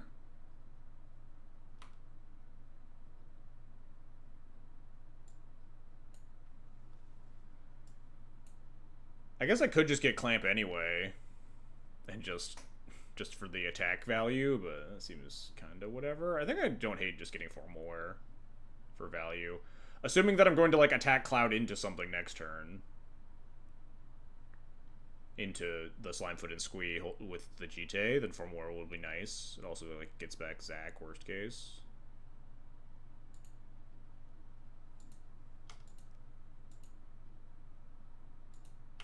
Oh, I forgot to play the land. Fuck. I'm so stupid. So much for that plan. Well, we just have Formalware. It's fine. We'll attack Cloud into the Slimefoot to get a single Cloud trigger with Formalware. It's fine. Look at my lands that I forgot to play, opponent. Don't worry about it. It's all strategic. I need to learn to just play my fucking land before I do my tank decision. So then I decide to do my thing. I've done that before with doing things on end step with Vile and like fetching a Surveil land, where it's just like, wow, I wish I had a fourth land to just play Equip GT and kill him. Oh, that's actually not bad.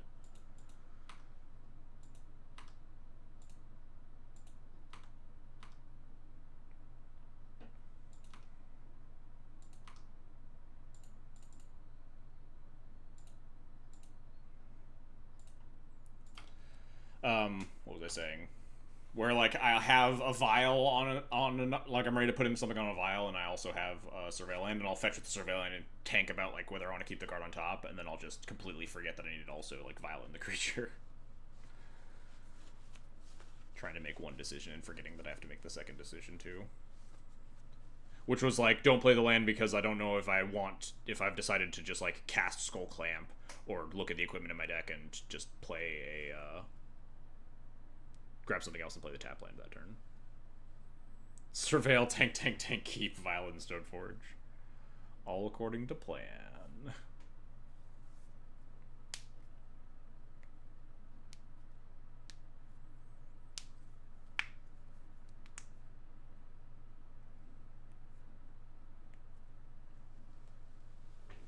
We're kind of just giving him the aggro beatdowns right now. No, my Solitude. Wait, no, this doesn't work on Cloud. Nice. It does work on the Drannith Magistrate.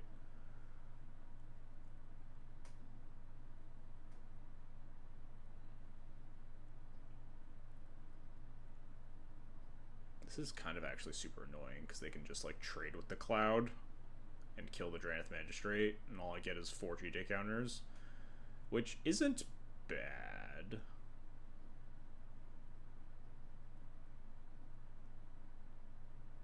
Maybe they'll target the Cloud and fuck up.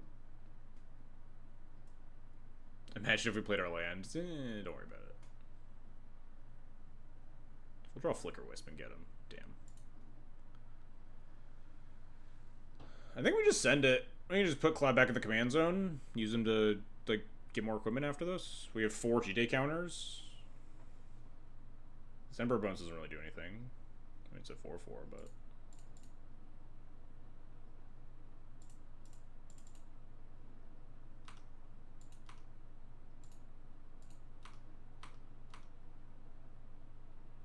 They block, makes sense, yada yada.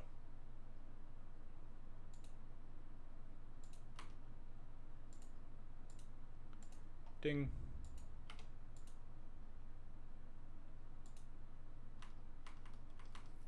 Emperor Bones is just a 4/4 now, and it like picks up my graveyard. We can just Cloud for something else.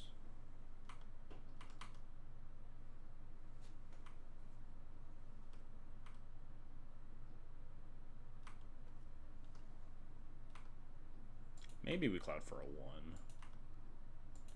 Maybe like the pro everything equipment. Or maybe we just go get some value. Or maybe we just play Skrelv, huh?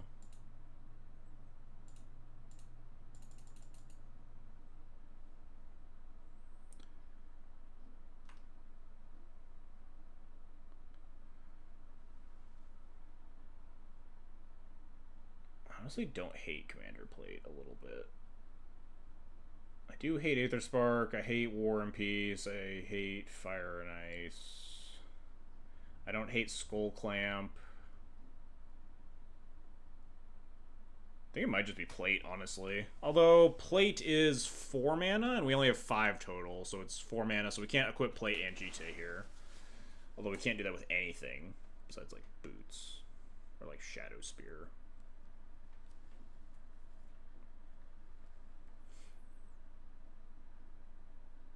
Maybe it is just Clamp, huh? It's probably just Clamp. Clamp's just so good. If they ever kill the Cloud, then we just draw 4. If they don't kill the Cloud, they like are dying to the GT.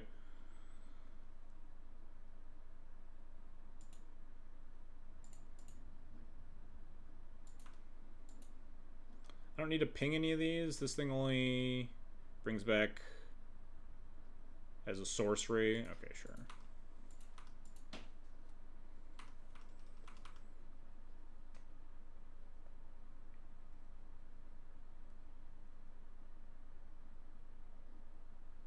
They're stuck on mana, and all of our creatures have Ward 1, which is also very nice.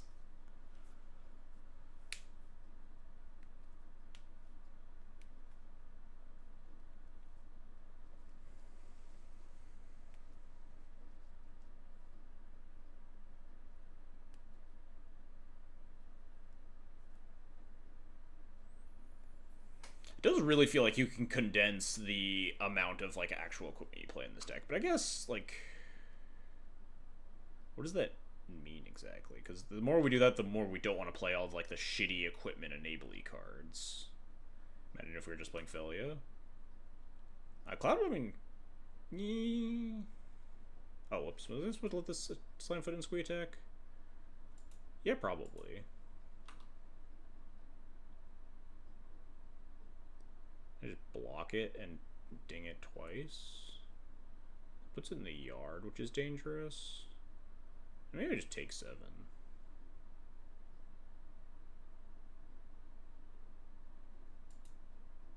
Yeah. Cloud is in fact the Cloud I am named after. It is great that I get to finally cast Cloud.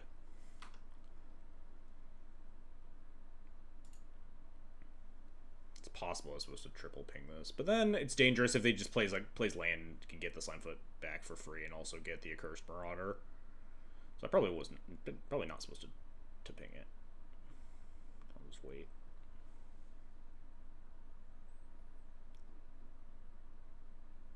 Same goes for like double ping plus block, because then they have 2 Saprolings, so I can't stop the potential like land drop Accursed Marauder. What you got over there, opponent?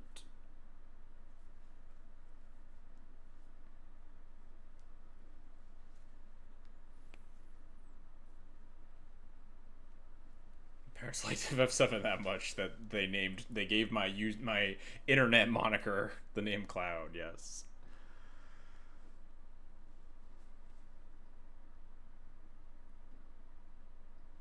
All right, fair enough. Kills my Skrelv.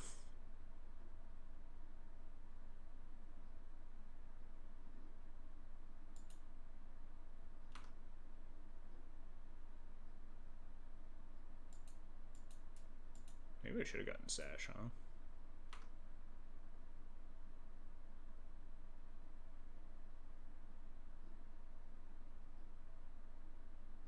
You just sack the Marauder, right? Maybe they're thinking about like sacking the Slimefoot for some weird shenanigans, and then they're gonna lose all their Saprolings. If you're any limited enjoying streamer, I'm not generally speaking a limited enjoyer.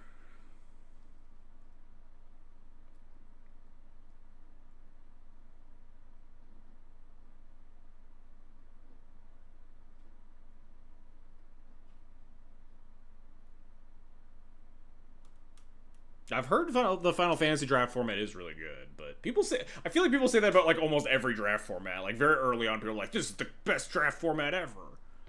Do I not get to see what they choose before I choose my thing? I thought that's how this works. Like, isn't it like you? Whatever.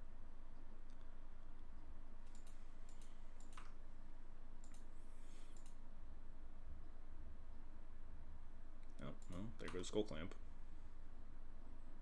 Choices are simultaneous. How do you do that in paper?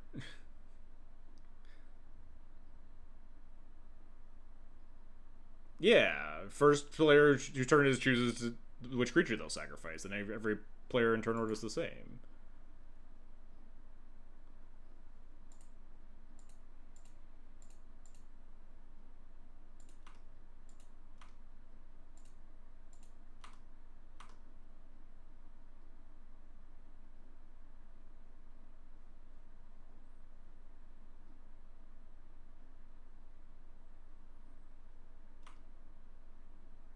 Alright, I think we win. We have 7 counters. And we have Ghost Vacuum to stop Slimefoot and Squee shenanigans now. 7 is so many GTA counters, I agree. I think I'm just gonna kill this Slimefoot and Squee right now.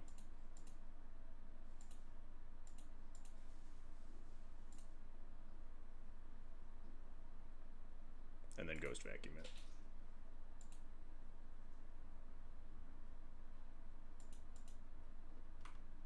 I guess maybe I should have just shot those Saprolinks instead, I don't know. Play around like another reanimate effect. If they like have another animate thing for their Accursed Marauder, I don't know. Then we sack Cloud, and then the lands are good, and creatures are also good, and we're still pretty fine.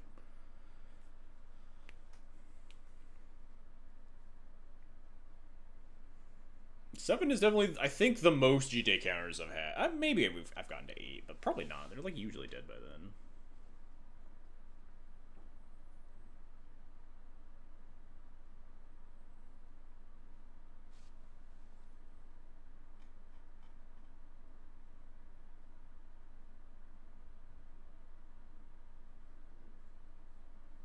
I hit 10 one time in a game where it was needled. I mean, that's fair. I haven't thought about like a time where it gets needled while it's already equipped, and you just sit there gaining counters as you attack. Mirror and Crusader too. Yeah. All right, maybe we've gotten to 8 or 10 before. I'd really like this match to be over so I can go pee.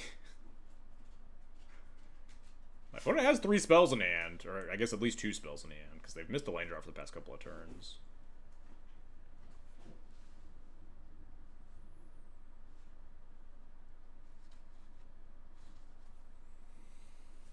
I also miss Mirroring Crusader.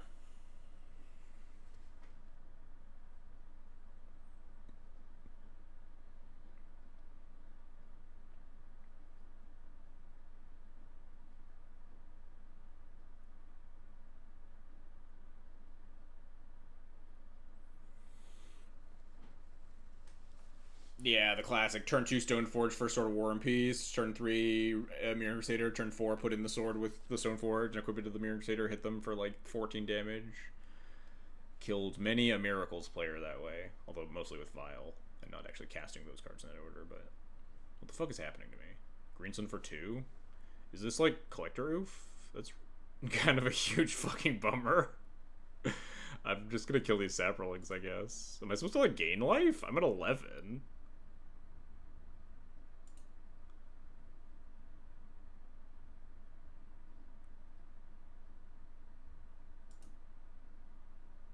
Does this deck play Collector Oof?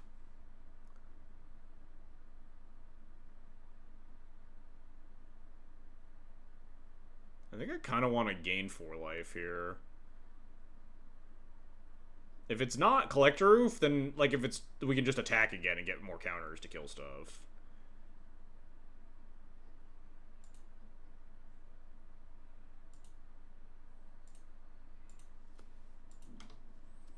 So I have some weird card that gives token. I mean, that'd be fine, right? It'd have to be like some sort of like weird card that prevents me from hitting them with the GTA.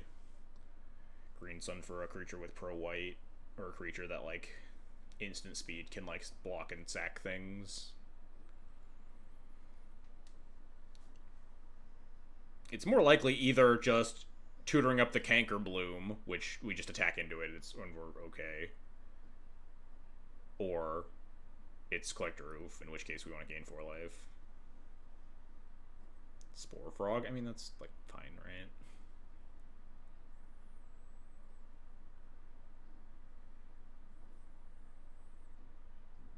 I wouldn't be shocked to learn that this deck doesn't play Collector Roof, given you only have, like, the one Zenith and probably some other tutors, like Demonic Tutor and Worldly Tutor and stuff.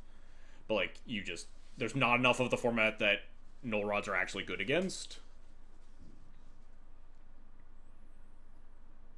Oh, this might actually be... Oh, fuck. I should have left one counter. Yeah. I just thought of that, Eric. Mawlock kills Cloud now. Yeah. Oops. Did not think about that. Yeah. Should have just gained 2. Played around Mawlock. I mean, again, if the Cloud gets Mawlocked, lands are good and creatures are good. We're still, like, in a pretty good spot.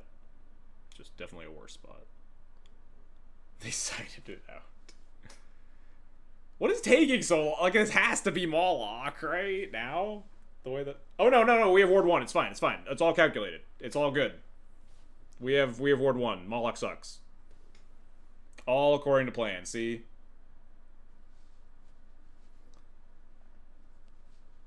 Yeah, that's what I was saying. I don't think they actually play Oof, but I'm like, I think most other things that they get here, I'm okay enough with 0 counters that I'm kind of comfortable playing around a potential Oof as, like, worst case scenario.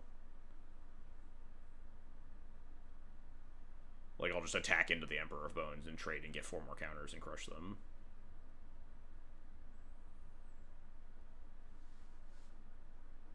This is the world's fucking longest game of Magic. What is going on? Also, how am I down on time? Feels like I haven't, like, been pausing to think about stuff that much. Whereas, like, we've hit this moment regularly against them.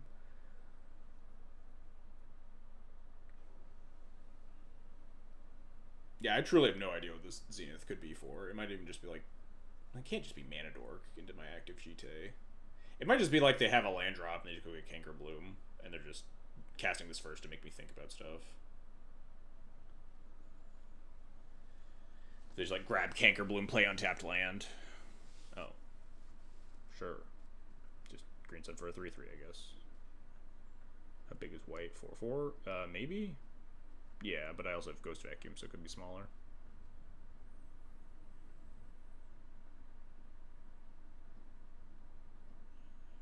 Oh, that's creatures. I guess it's just me casting Cloud again after I attack, huh?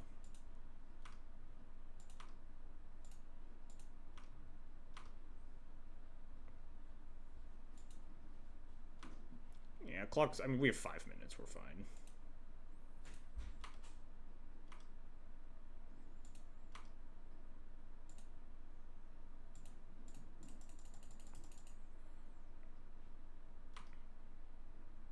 Do I have any, like, card advantage-y, like, guy equipment? Not really. I guess Sash. I just want more bodies, I think.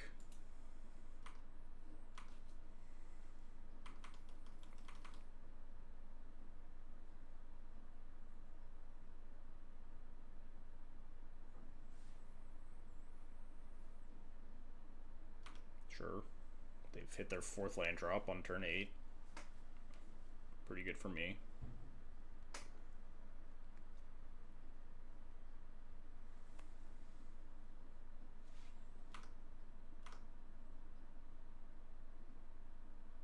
Yeah, I don't really care if they keep eating my equipment.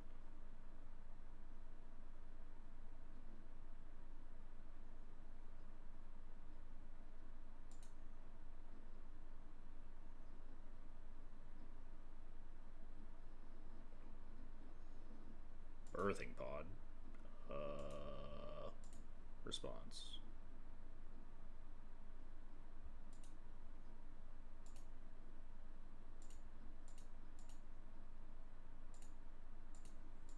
Oh, they already played land for turn. This was dumb. Whatever.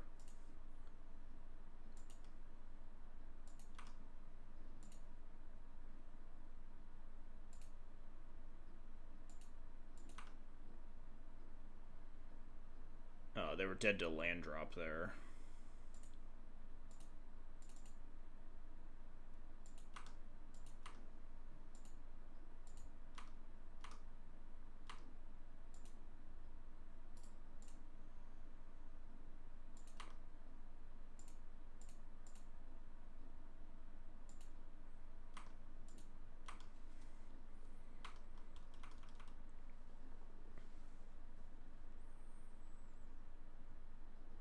We did it! We won the fucking longest match in the world. Thank God. Now I can go pee. I'll be right back. Ugh.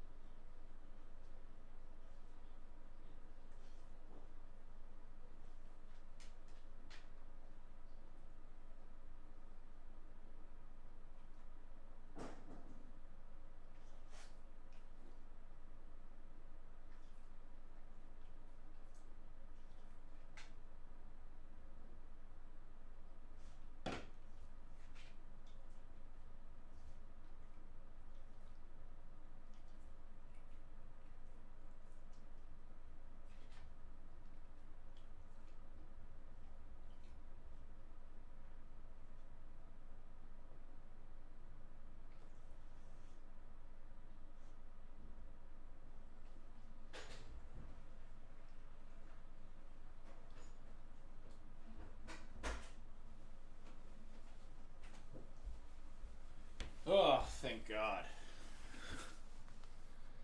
Fucking marathon match. Alright. Eric has redeemed hydrate. I do have a little bit of water left.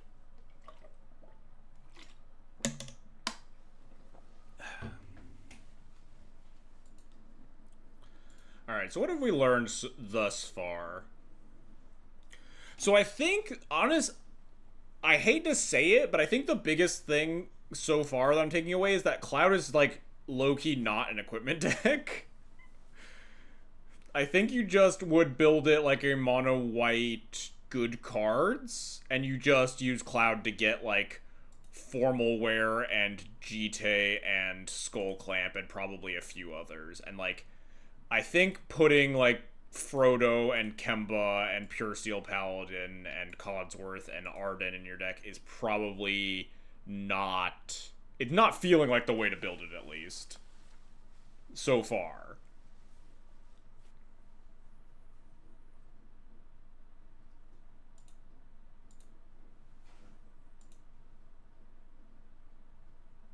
Oh god, Azusa. This matchup seems pretty bad.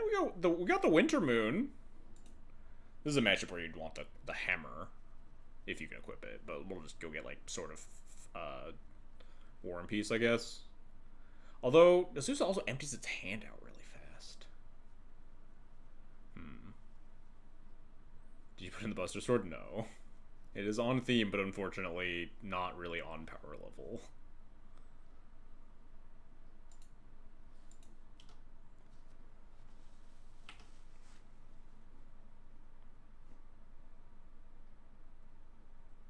Did we just get, like, sort of Fire and Ice, maybe? I don't know. Guess we'd also just play Stoneforge instead of Cloud, but that's probably not the way to do it. Especially because we could, at some point, free equip with Pure Steels. Let's just cast Cloud and take a look at what we want.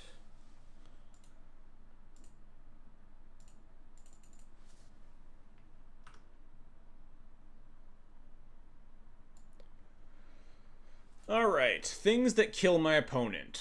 Lava Spur Boots isn't terrible at killing my opponent. And then it's either Fire and Ice or War and Peace. I feel like Azusa just is gonna burn its hand out too fast for me to want Fire and Ice, or to want War and Peace as like my kill you equipment. I think we just grab Fire and Ice, honestly. It'd be I kind of almost want to grab Boots right now just to like fit the like curve and play Pure Steel plus Boots the following turn, and then turn 3 we play like Winter Moon GT double equip with 3 artifacts in play. Maybe that's actually the strat, and then we can go get a real equipment with Stoneforge later if that's what we want to do. But just grabbing the Boots isn't bad. I guess we could also like grab Clamp or Shadow Spear if that's the choice. But Boots gives things haste, which is more damage. We have another equipment. We have another like tutor in hand with Stoneforge, so this decision matters a little bit less. But I do like the idea of getting a 1-drop equipment here to pair with the Pure Steel trigger. And then go Winter Moon GT turn 4 probably. This is a May, right? Yeah, or up to 1. It is just a land drop when you need it to be. Winter Moon also not like at its best versus Azusa, because this deck obviously was a lot of basic forests, but they do have their fair share of like non-basics. So if they have 2 in play, we can at least slow them down a little bit. Uh-oh.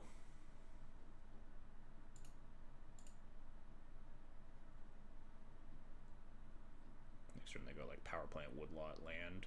But then they'll have 2 tapped non-basics. Oh, hey. We drew that other thing. Does this deck have a City of Traders? I don't think it does. I feel like it should.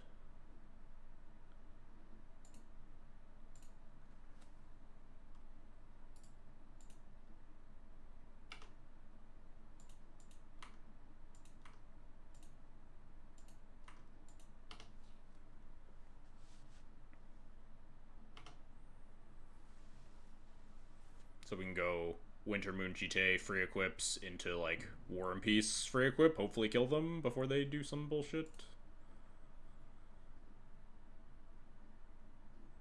Play the Woodlot. Maze of It, that's cheating. Although Cloud will have Ward 2, Ward 1 twice, which means Maze of It actually can't pay for that. Okay, so step 1. Talon Gates phase out Azusa. Step 2, cast Winter Moon. Step 3, cast GT.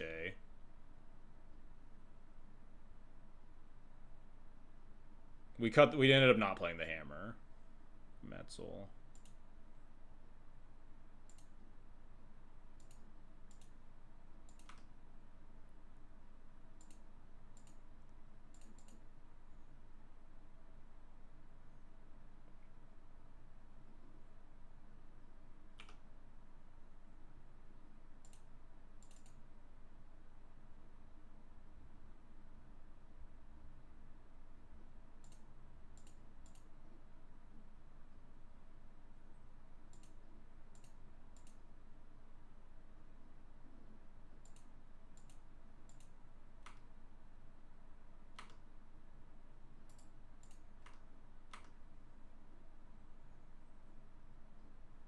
Yep, they fucked up.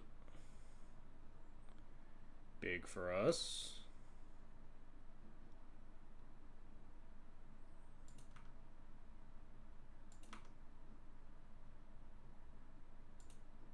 And now if they untap the maze, then they can't untap the power plant. I think I burned 2 GT counters to kill the Azusa here.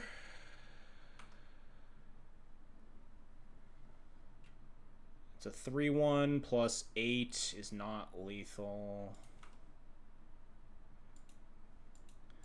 Yeah, I'm just trying to piece together if I like leave the Azusa in play, if I have any like lethals, but I wouldn't because the Azusa could also just block.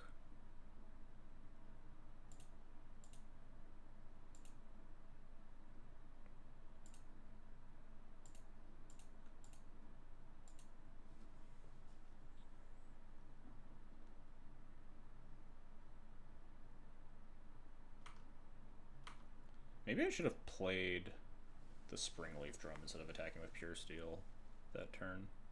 I didn't think about that. Did deal 2 damage because I expected my opponent to fuck up with the Maze of Ith, but technically if my opponent was wise to how that all would work, then they should have mazed the Pure Steel. Or I guess not mazed at all because of the Winter Moon. Who knows? What's about to happen to me? Green Sun? Is this just Collector Roof? I don't think I'm doing anything with my GT counters here because my life total doesn't actually matter. This might even just be like Wreck Sage or something, I don't know. I don't know if Oof is a widely played DC card. Guess we're about to find out, huh?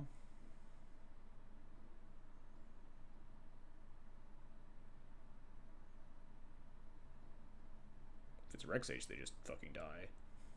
Which is kind of sick.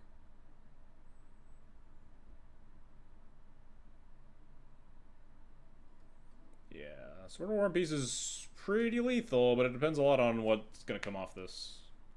Oh. Huh.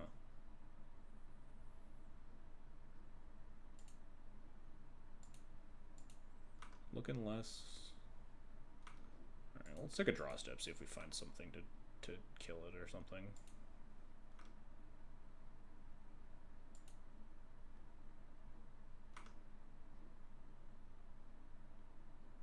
Oh, they just concede. Nice.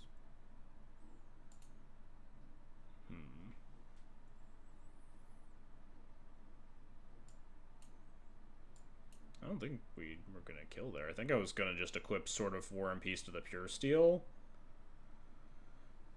and attack with both and then kill the Courser. Well, no, the Courser has to chump block, but then they take a bunch here. They take 3, 4, 5, 6, 7, go to 6. They're underneath the Winter Moon. I only have 1 mana left. I guess I play Guide of Souls into Springleaf Drum into War and Peace. Unfortunately, if I guess no, we used to play War and Peace because we tried to draw a card and hit Reprieve. And 4G dig counter, yeah. Alright, yeah, it doesn't feel like this deck ever really wants to sideboard anything else. Also feels like this deck very much just wants to kill the opponent as fast as possible.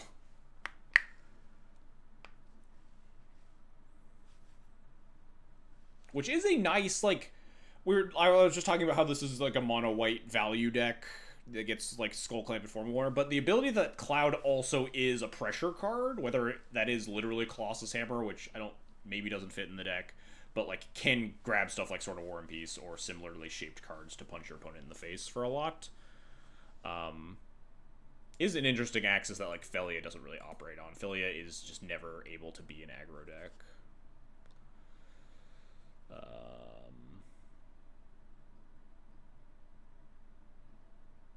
I feel like this hand kind of sucks, but what am I mulling for? Does MTGO do that this is a dual competitor game dialogue for other formats? I don't think so.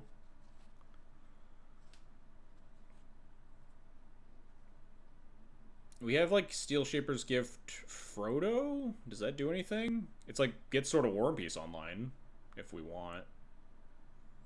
Or like any 3-drop equipment. Which is notably not really a lot of them. We could just like get Commander's Plate and just punch them. No, it's a fucking 1-drop. Frodo doesn't work with it. God damn it. Fucking garbage card.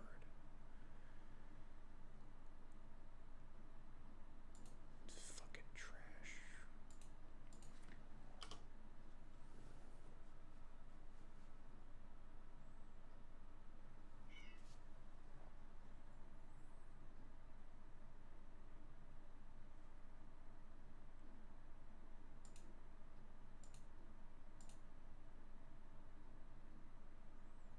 I don't really know what we're doing with this one.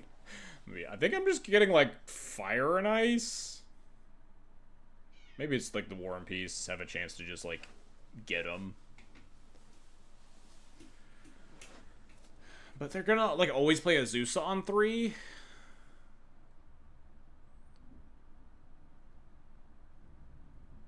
It'd be if we had like a good 2, maybe it's like Jite. So we can go Frodo into like Oust Azusa plus like Jite. Is that anything? Jite plus Cloud does kill like pretty unreasonably fast.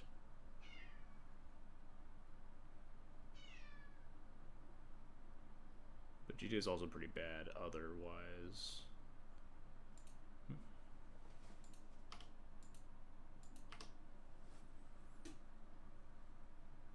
Not confident in this one. It's supposed to be like Fire and Ice. Can you guys hear dogs screaming? Sphere of Resistance. That's rude. I mean, I guess it's kind of fine.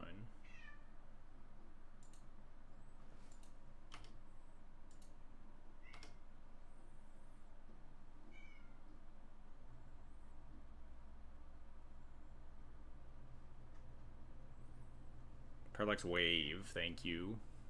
Parallax Tide is also playable in the... What is that? What is the 4-drop guy that, like, counters triggered activate abilities and spells? Like a blue-black 2. Really good with Parallax Tide. 2-drop. Air Tie, yeah, that's the one. Green Sun? No. Trying to cast Azusa?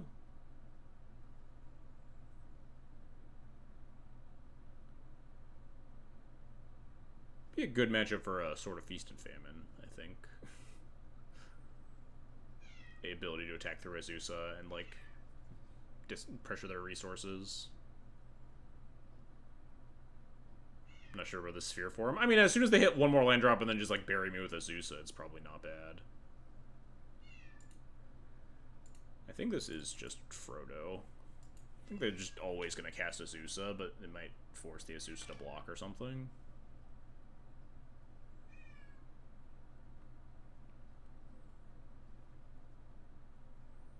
Question is if I don't think I can 2-mana oust the Azusa. I think I just go aggro.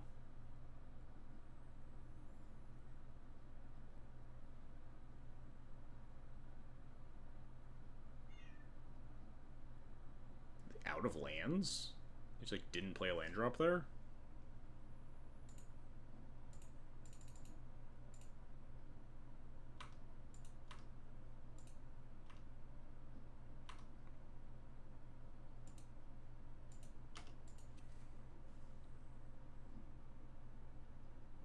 Maybe it's supposed to be Fire and Ice, because Fire and Ice guarantee kills Azusa, right? Because if they block it, and they kill Azusa, and if they don't block it, you shock it.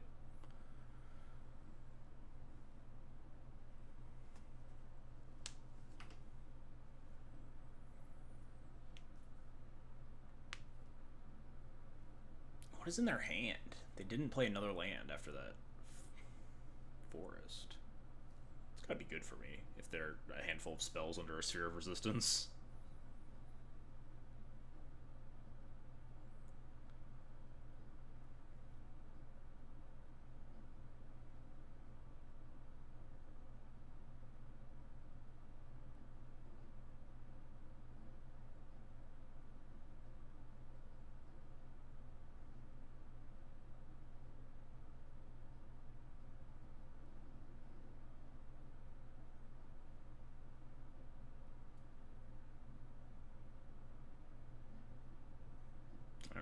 So much for their lack of lands. Alright, what am I doing? Kinda just want to oust this Oracle. Oust plus Cloud. It's either that or just Parallax Wave. I feel like they're pretty well set up to hit all their land drops for the rest of the game, though.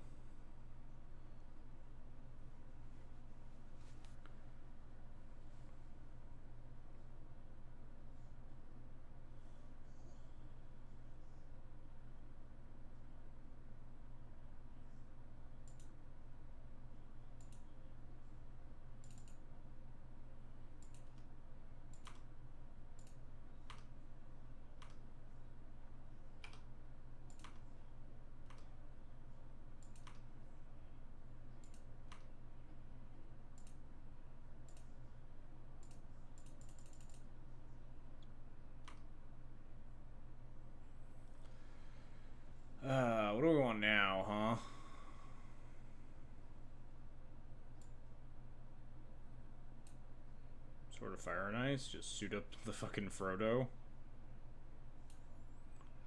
I'm assuming there's gonna be like a big fucking stupid idiot in the way at some point. Maybe just clamp to clamp Cloud and keep attacking here. They're gonna run out of cards in hand is kind of my issue.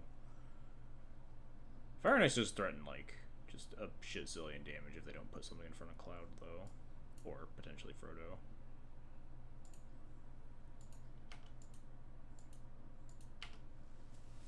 Definitely would have been a game that I would want Feast of Famine in my deck, though. But obviously, against the green deck, my pro red, white, and blue swords aren't going to be very good. But I don't know. Maybe the War and Peace. War and Peace, I think, is good against Aragorn, though. But you could potentially play all three. Instead of some of like, the other clownier equipments. I think the Sather Spark's probably just fucking shit.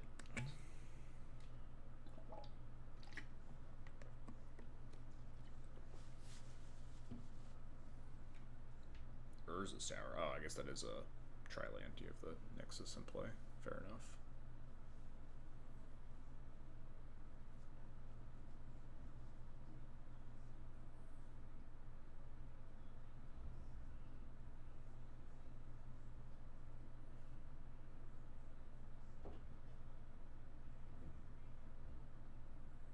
I think I'm just gonna Parallax Wave that.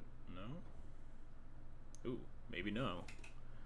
1, 2, 3, 4, 5, 6 mana. Damn, I can't Sheltered by Ghosts and Sword of Fire and Ice to put it on the Frodo.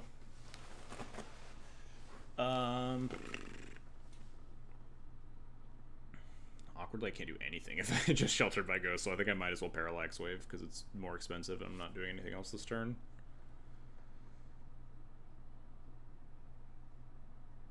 Wait, I could equip the Sword to Cloud. Is that lethal? 4 plus 6 is 10. 11, 12. That's more damage.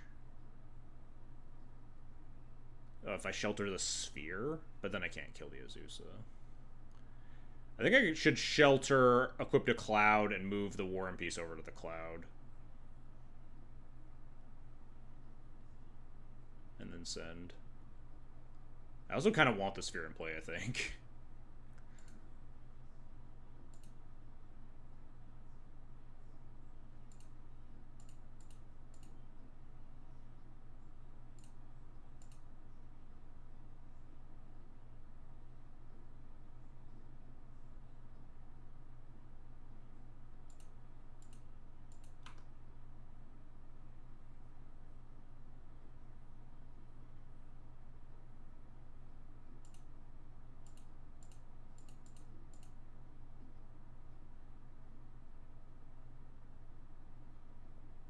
I'm so dumb!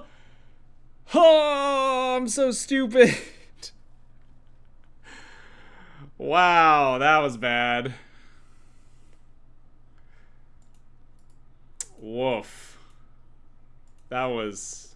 wow.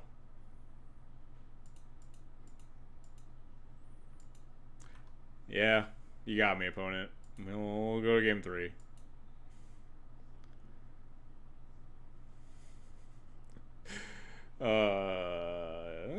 Good lesson to learn. This is how you play leagues, right? And interactions that you don't think about is giving your creature pro white while it is Sheltered by Ghosts. I definitely would have, like, that would have happened to me at some point with, like, a Mother of Runes. Just win anyway. I mean, I don't know what's in their hand. I'm gonna attack and I'm gonna play my land as they go. They'd probably block with the Azusa.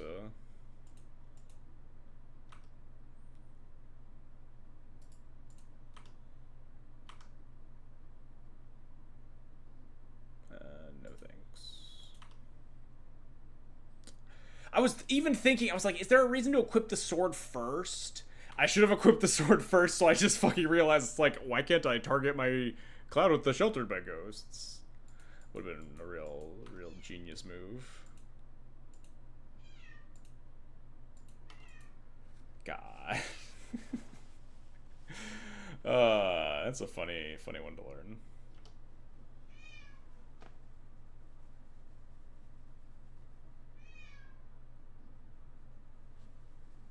Hopefully my opponent just like casts Sanugan or something and ends my life. I wonder if the opponent saw it coming. Maybe. They left Zusa underneath the Shelter by Ghost. Alright, yeah, they Nugan me and we can concede there. Yeah, let's move right along. I've had enough of that game. If they did, they were cackling. Look, they fucked up the Maze of Ith game 1, and then I fucked up the thing game 2. It's all fair. Fortune New for free equips. Helitrooper's really good with Fire and Ice. I think this hand's pretty good. Just Helitrooper into Fire and Ice. And like an answer for... I guess Helitrooper into Fire and Ice is an answer for Azusa too. But this hand's just like pretty aggressive.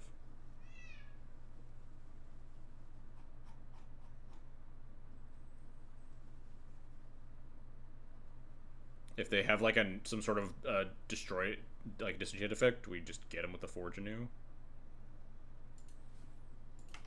Which we haven't seen, but I have to imagine there's definitely a Boseiju in there somewhere. But there might be a couple other naturalizes in mono green that you play in Duel Commander.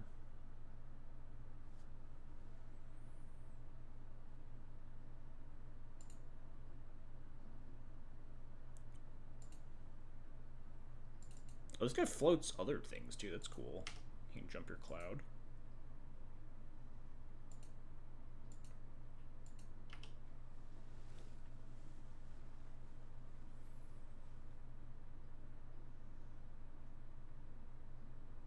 Pretty slow hand from them. Pretty into that.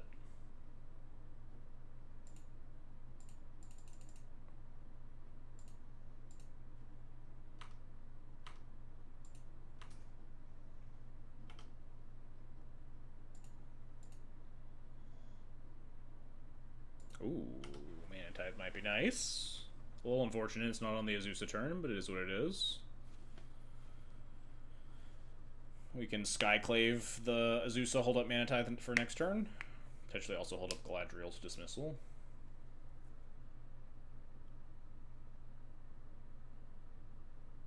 Missing a land drop again, huh? Wait, do I even want to Skyclave this? I think I just want to Helitrooper it.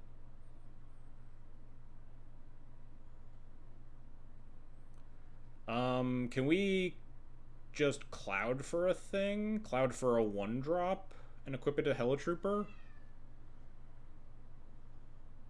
Cloud for boots, maybe? Doesn't seem bad.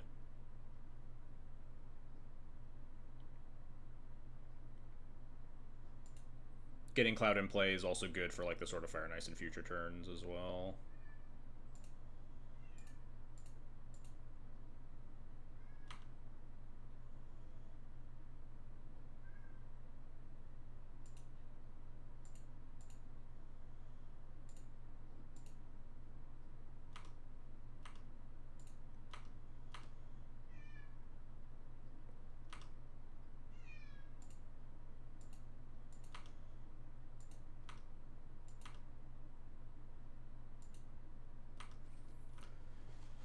I feel pretty confident behind Galadriel's Dismissal and Mana Tithe.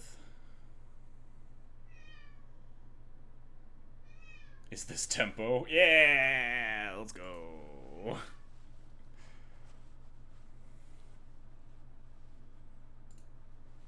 Hell yeah. No embarrassing plays in game 3. We did it. Like Mana Tithe but not Buster Sword. Those are very different cards. I don't know how to tell you this. Those cards do phenomenally different things. I really do think Cloud is good to Felly. I'm not sure. It's interesting that... So the way we built Cloud to start with is a little bit more equipment focused. Although some of the equipment matters cards are kind of showing up a little bit. Like, I guess like Frodo's kind of, eh. But like the little Helitrooper was cool.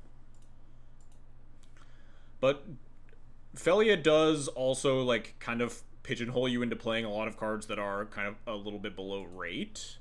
And if your Felia is not online, which it often isn't, in like the more creature-focused matchups, or not creature, in like the more removal-focused matchups, then your deck doesn't function as well. Whereas Cloud is just like, Cloud's always online, right? Because all it has to do is ETB, and you get the triggers, and you get your equipment and stuff. Anyway, against mono red, this hand seems pretty good. I think I want to turn 1 Drum, so I can turn 2 Cloud, get a thing, and plow the Norrin.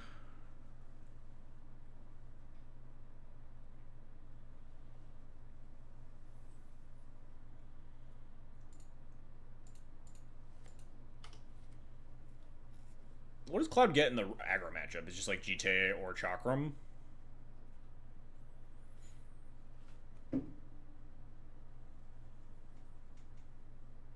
We have a Steel Shaper's Gift. I might get Chakram to start, honestly, because we can cast Chakram on turn 3, potentially.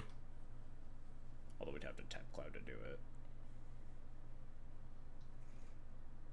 Goblin Guide. If you get Sword of War and Peace, they just lose. I guess that's... I mean, I think that's, like, kind of similar to GTA, right?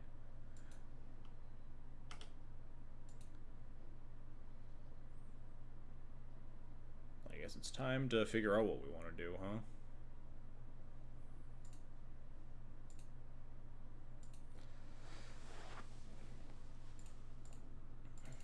I like that Cloud just trades with this Goblin Guide. Do we just get Formal Wear here? Can I just, like, block this Goblin Guide and then get Cloud back? We have Steel Shaper's Gift to go get, like, GTA and other stuff later. I kind of like just being able to trade on board, or if they kill it, then we cast Plow, but then if they kill it, then we have Formal Wear. Yeah, fuck it. We have a lot of good cards in this matchup, huh? GTA, Shadow Spear, Chakram...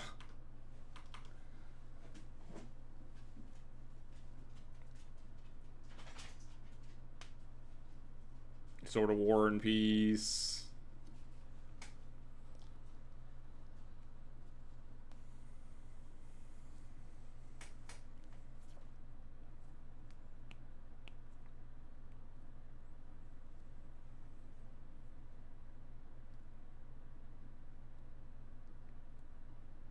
Yeah, this is what we wanted.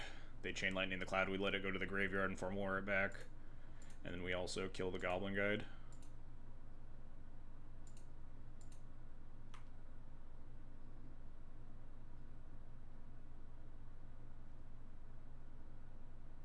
Maybe we should have played Stoneforge if we were going to do this, though, because 4-3 Cloud gets killed by all the red cards still.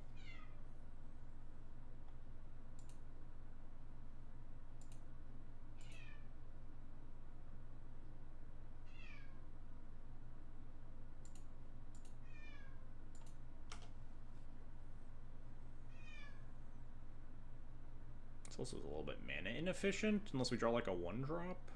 Because we're going to spend 3 on the Cloud, but then not be able to use the drum. God, this drum does just fucking suck, huh? Because we don't have to Formal Wear back Cloud this turn. We could, like, Tithe Taker into Stoneforge. I guess Stoneforge... no, yeah, Tithe Taker into... No, Stoneforge into Tithe Taker. Tithe Taker blocks the Hired Claw better.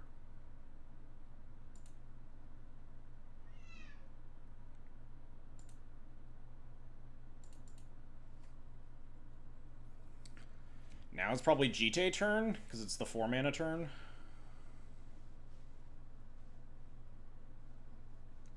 We're at 18 versus the mono red deck. Feeling pretty good.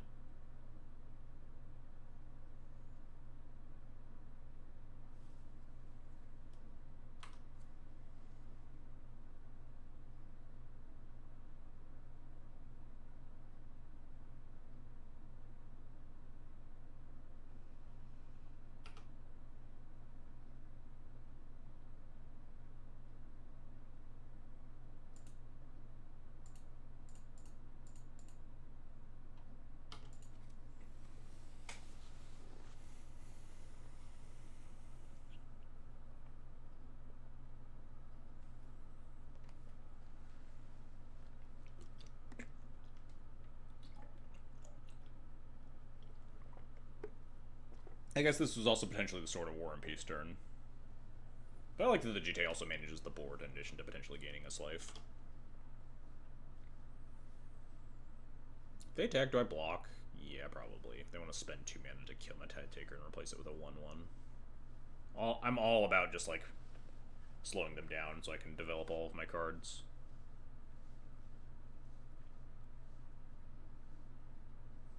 Am I just gonna, like, have this Cloud die and then never actually get it back? Deal. I'll block. I'll for sure block.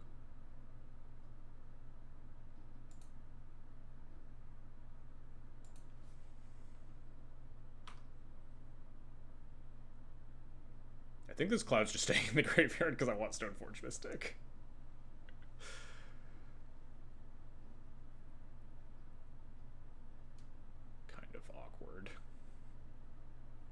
It is what it is.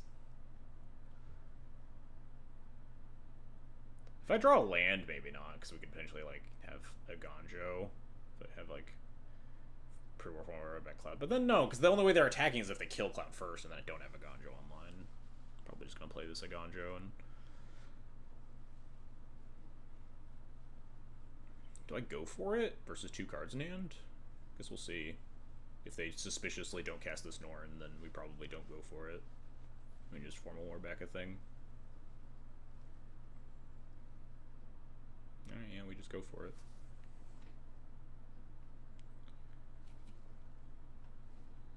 Unfortunately, is kind of our whole turn. Wait, no. This, like, reduces... Wait, hang on. This reduces the cost by 1, and it taps to drum, right? So Sid, drum... No, hang on. That doesn't work. Why doesn't that work?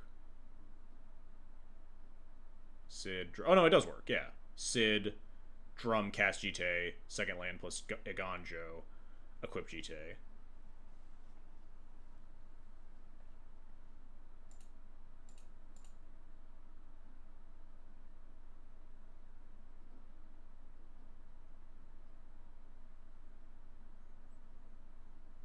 This also gets the Sid online in case they just, like, blow up the GT somehow.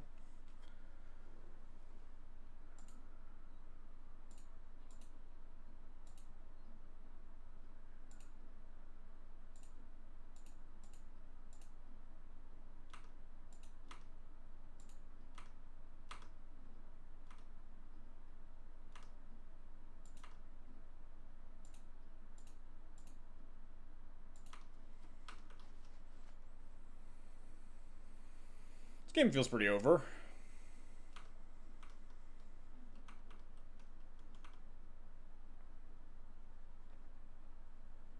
One day Cloud will come back from the graveyard, maybe. Probably next turn, honestly. Although we could, like, Steel Shaper's Gift for...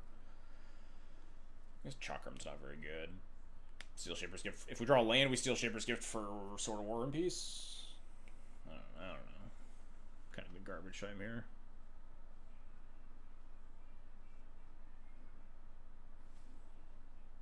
You got it, Chief.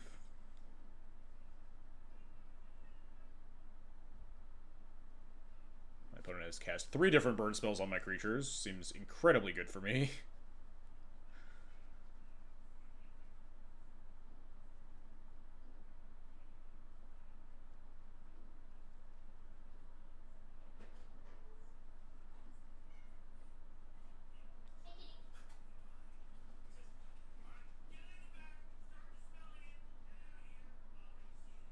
Flavor failed to reanimate Cloud without Phoenix down. This is just a Phoenix down if you think about it.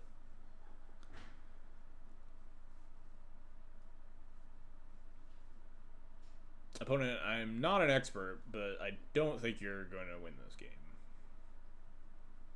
Hell of a last card in your hand to have a shot.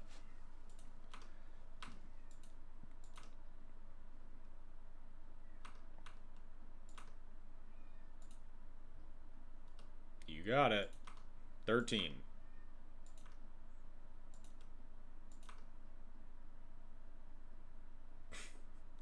I mean, I could. It's not good, but like... Alright.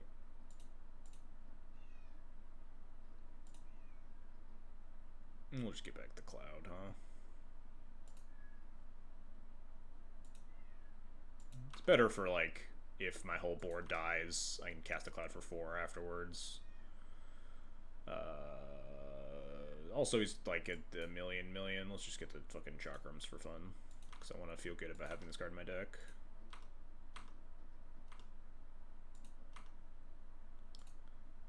Let's kill this thing too.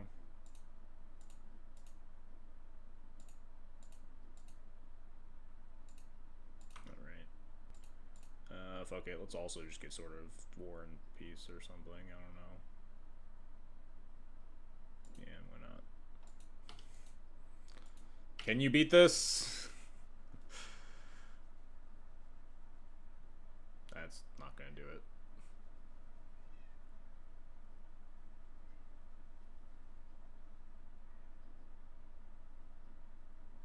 That'd be a real good last card in hand.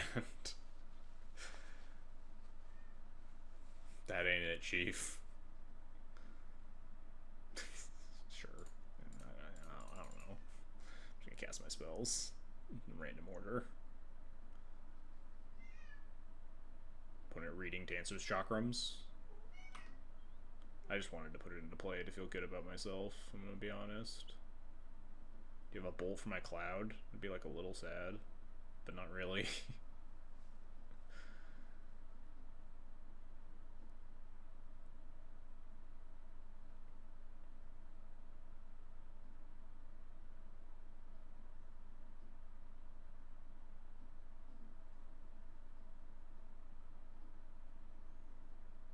Wow, this deck is just obscenely good against mono red, huh? Felia has to like board into Beza to make sure that you have a solid matchup, but like just being able to tutor life gain all the time and have board presence seems pretty good.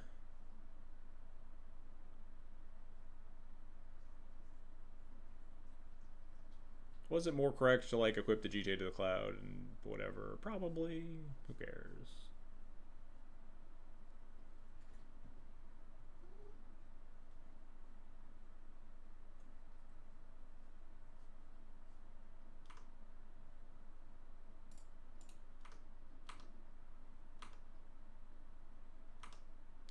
To gain 6 life and also kill your Norn.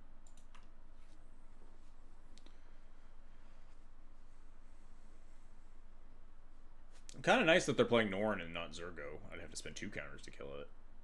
The only thing that's not correct right now is casting this Cataclysm. I think we could still win. If I'm being honest. I think we would still be ahead. I keep literally any of my... I guess maybe if I sack everything but the hero token and the Springleaf Drum, maybe we lose. But then if we just draw a land, we're still fine. Do it. If we get to a next turn, maybe. No, probably not. Maybe. You won't.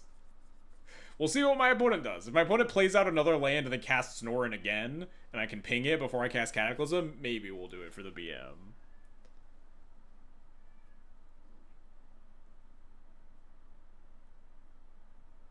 We attack first to gain a bunch of life. Put myself to like 28.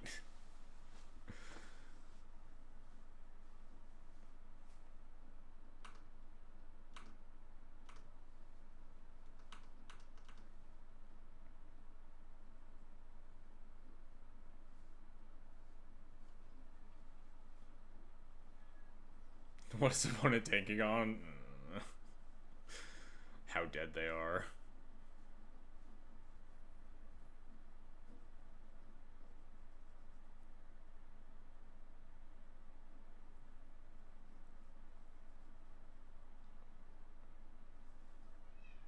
They played out the land. Oh, they conceded. Come back. Kind of a fucking banger game, huh?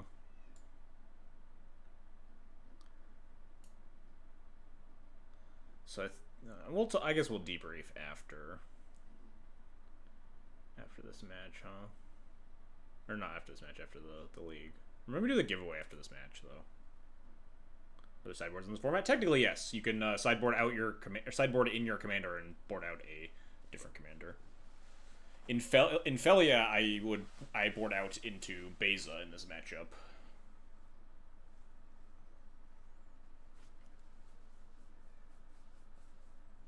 But generally speaking, not really. People don't often sideboard swap commanders.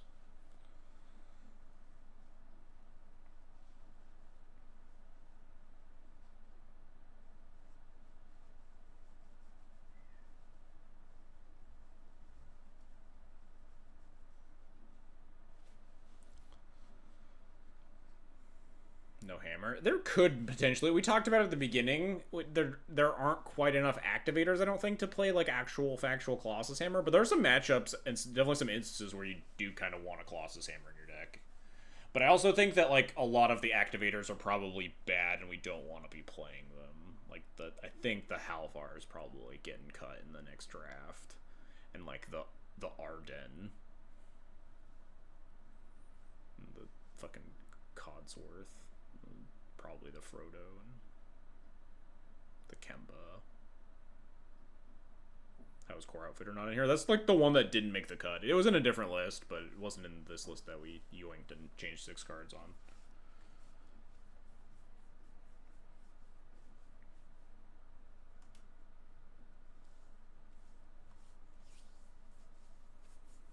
Stole this list from Gui Bonella and changed like 6 cards. What's the 4th 1-drop? 1, 2, 3, 4. Shadow Spear, or the 4th up? Oh, Galadriel's Dismissal. Dual Commander All-Star.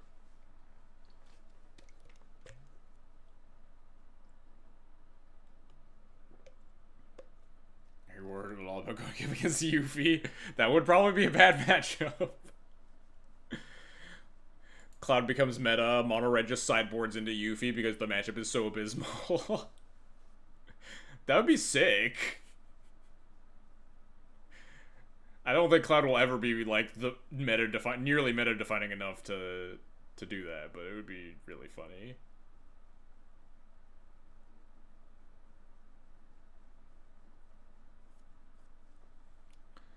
I think this deck also lines up better in paper against Deadpool, which is unfortunately unprintable in MTGO, but like one of the best decks in Duel Commander from what I hear.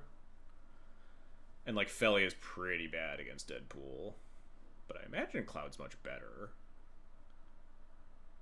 because stealing a Cloud isn't that good. They probably have like a Skull Clamp in their deck or something maybe, but stealing the text box on Cloud isn't as important because you get the value off of the equipments in play. Whereas if you steal Philia's text box, then the Philia deck is often extremely sad.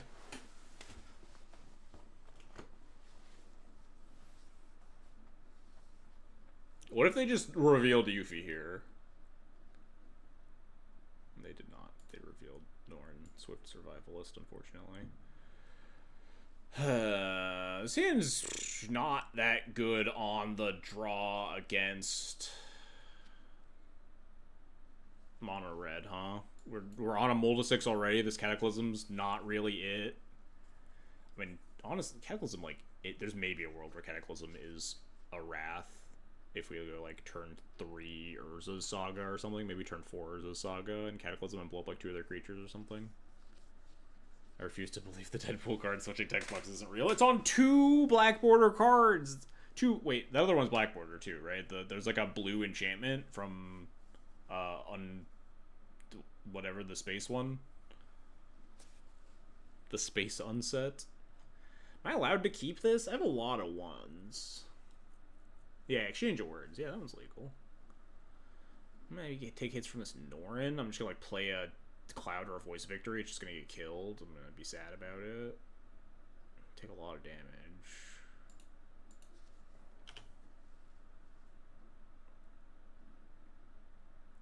If my opponent like holds up some mana, maybe we might cast Voice instead of Cloud, but Unfinity, that's it. It was a very big set for Eternal formats for a while, until it wasn't.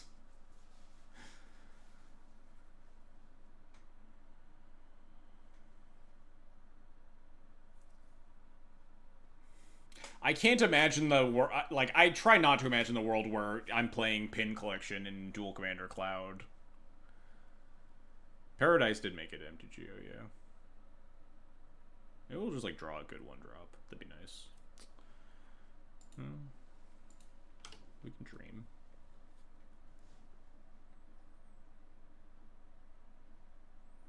I think all the important cards are in MTGO besides, like, I don't know, some random Doctor Who cards. Can't think of any cards that didn't make it. Maybe some for, like, Pauper or something, I don't know. I heard there was something in Pauper in some format that's not, or like something in Pauper from some set that's not on MTGO. Dino's on a spaceship, but that was also like never really legacy proven. Like I feel like people would be playing that in paper if it were real at this point. Yikes. What I get for not keeping a hand with 1-drops, huh?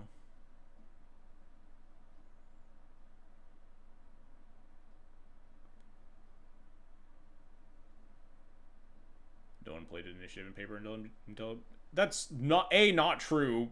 People were testing it, and like myself included, and were like, "This is pretty good." It's just easier to iron out that it's broken. I think, and also that happened over the course of like 3 or 4 months, not how like a year and change that Doctor Who's been out. Like, someone wants to break dinosaurs on a spaceship and play in a 400-person legacy event because it's actually secretly the most broken thing in the world, then like, go for it. I would have liked that static prison actually, but okay. Oh, well, that's not bad. I guess that's not bad for next turn, more likely. What do we tutor with Cloud? Is it just the formal war strat? We already have GT. I'm probably just like blocking with Cloud, then playing Voice of Victory plus Plow the following turn.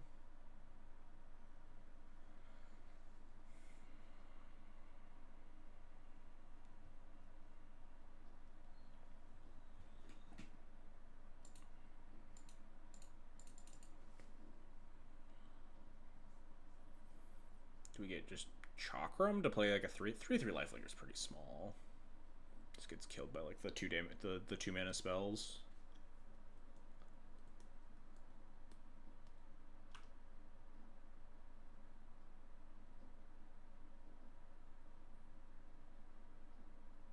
I'll probably just get formal wear here, huh?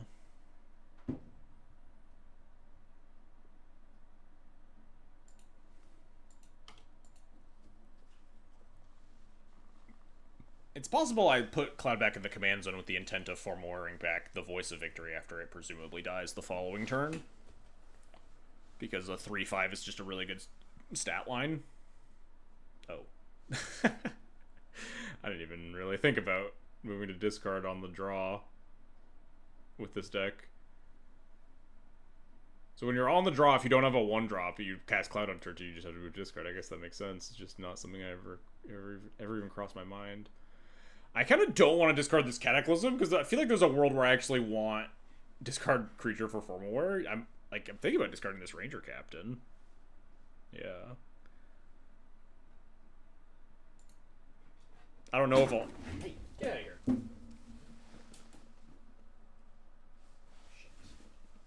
Just didn't actually break it, at least. Again.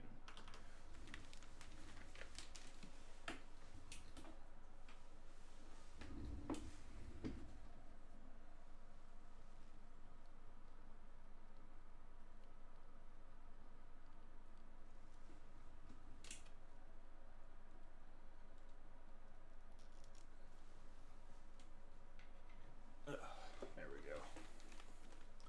Mono white reanimator. So yeah, I think I put this Cloud back in the command zone.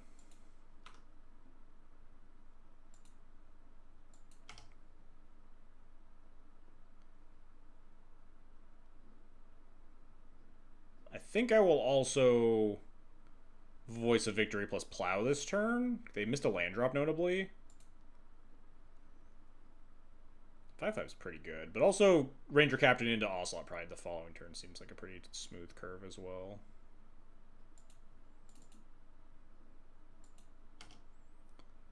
This blocks the Norin, or, you know, gets killed by a spell, whatever.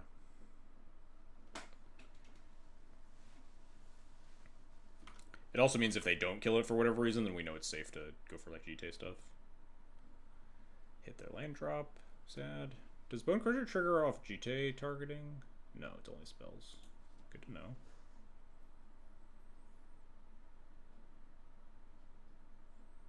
Also doesn't trigger off a Ganja targeting, notably.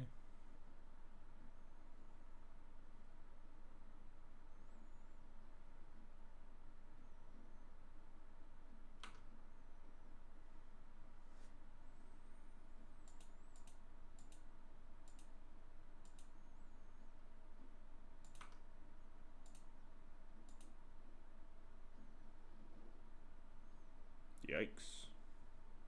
Fair enough.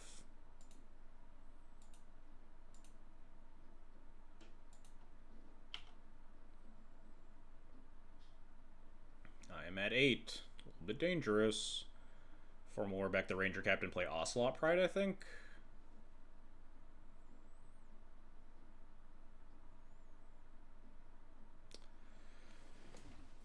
This is probably a Saga turn. Might even just be a Saga turn for the purposes... Might have even been a Saga turn last turn. Saga on 2 means, like, next turn I could get Shadow Spear to put on a big Ranger Captain.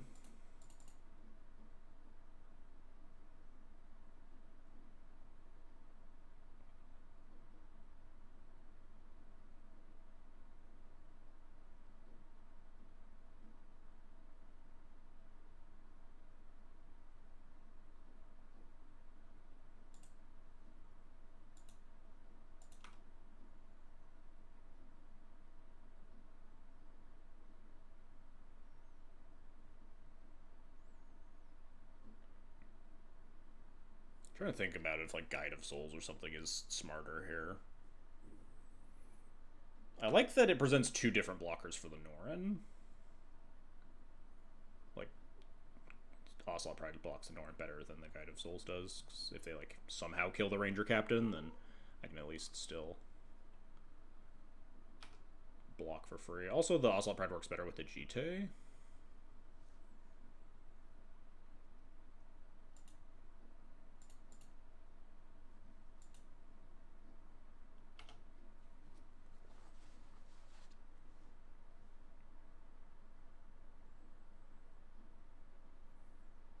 But obviously the guide could help me gain more life, potentially.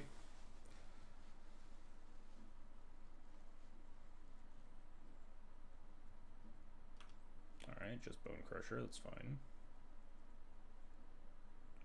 Alright, that's unideal, but kind of fine. I think we're just GTing up. Kind of tempted to Cataclysm them, honestly. I get to keep 2 lands. And the Captain and the Pre-Reform War. Suited and booted. Not booted yet. We had the boots in hand. Kitty, piss off. Quit bugging me. Get out of here. It's like a little tempted to Cataclysm them here. They have 2 cards in. They go down to 1 land and the Bone Crusher Giant.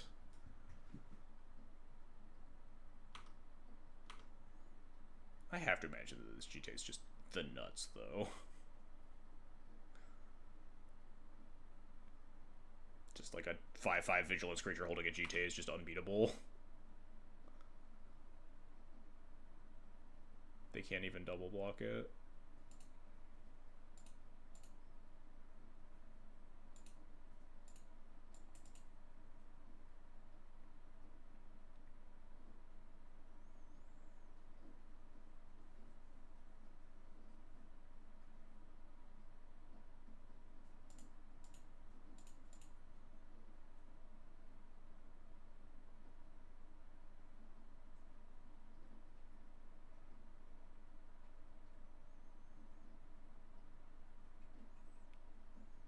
Trying to figure out if I cast this Boots or if I'm realistically actually going to cast Cataclysm this game. I guess the answer is cast Boots, because if I do cast Cataclysm, I don't think the Boots is going to be important, and if I don't cast Cataclysm, the Boots might be important. If they, like, do manage to take the Captain off the board, then I really want Boots to, like, make a Saga Construct and equip Boots and equip Jite for haste, so yeah. We want to boot it up.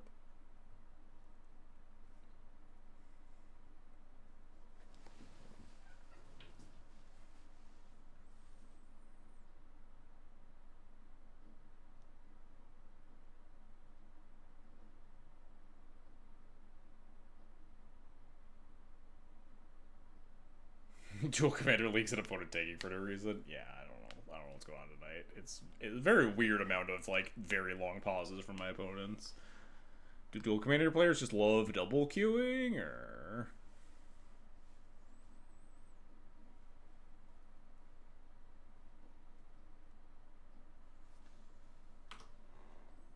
Do Dual Commander players love, like, salting when bad things are happening to them, maybe? I have no idea.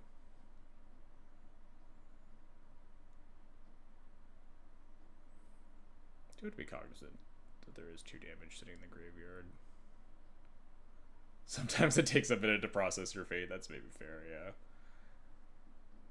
Me casting GTA, they're just like, fuck, I'm so dead. Those old German videos of the old videos of the German kids smashing a keyboard. I don't think I know specifically what you're talking about.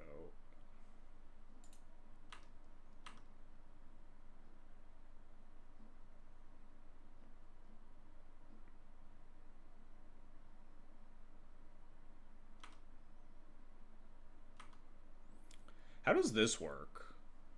With, can you, if you get your Bone Crusher Giant blocked and you exile it, can you stomp? My guess would be yes, right?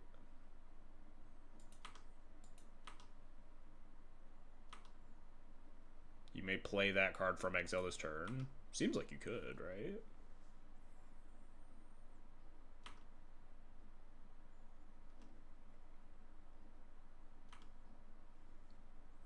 Wow, combo. Well, I mean, I'm gonna ping the Norn and the Fanatical Firebrand and then block this Bone Crusher Giant, so I don't know how much of a combo it really is. Ping, declare block, ping the other thing is my proper order of operations here.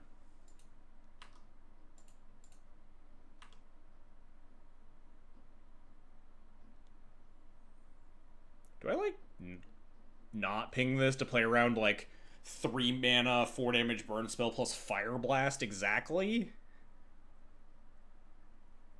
It's like the only thing that kills me here, right? With 2 cards in hand. The difference between 7 and 8. I have a Jite.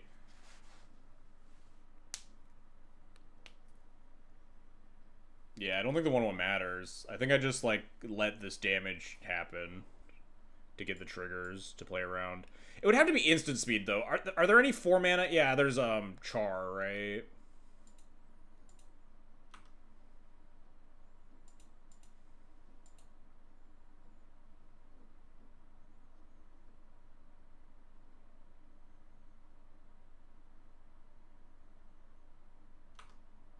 Yeah, now we have 3 counters and the game's over.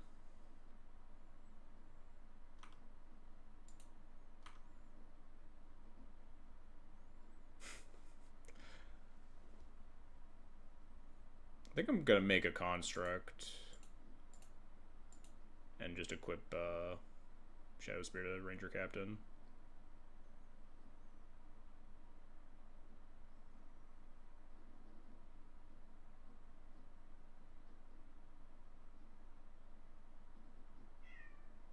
I guess I'll equip Boots first, see if they have some like really weird. I don't even know what they. I guess like maybe I put it on here. If they have Dead Gone, I just equip everything in the construct instead, so I have 2 incredibly lethal attackers.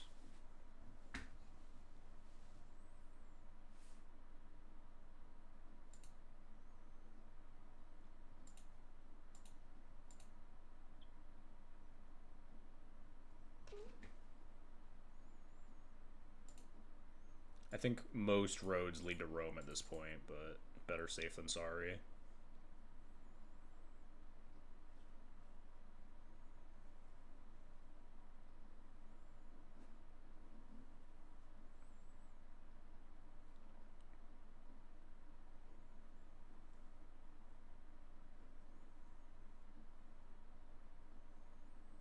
Tank, tank, tank, tank, tank, tank, tank, die.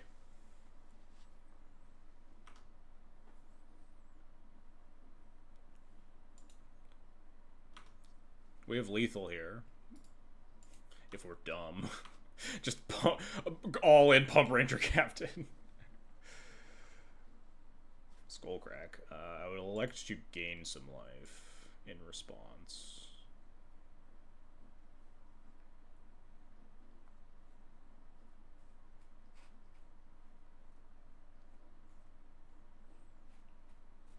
I guess we just gain all the life, right?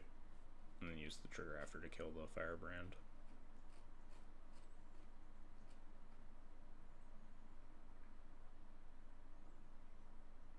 Doesn't matter. They have 1 card in hand. The most they could deal is 4. But they also can't answer the Ranger Captain at this point with 1 mana. I guess, like, Magmatic Sinkhole, technically. But they would still just, like, lose horribly.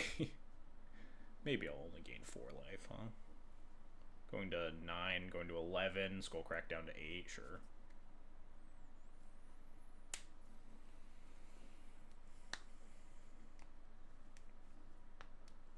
Tank, tank, tank, tank, tank, let me go to combat. Attack, Skullcrack you, gain 2 life with GTA, tank, tank, tank, tank, tank.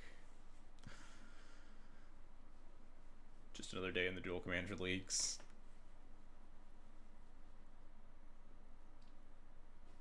What should the giveaway code be? Cloud? Is that our giveaway code tonight? We should just start doing the giveaway right now. While we're sitting here waiting. Tag. Giveaway code is tag. GT. The giveaway code is GT. Are we tanking for another 3 minutes on my second gain 2 life? 11 down to 8. Yeah, I did my math right.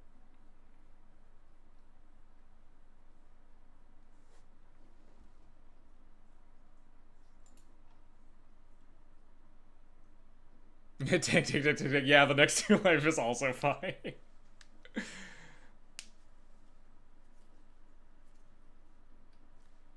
Oh, alright, we did it. Alright, what did we say? We said we're leaving 1 counter to play around Magmatic Sinkhole as last card. A card that's probably not in their deck, but they also can't deal 8 damage, so...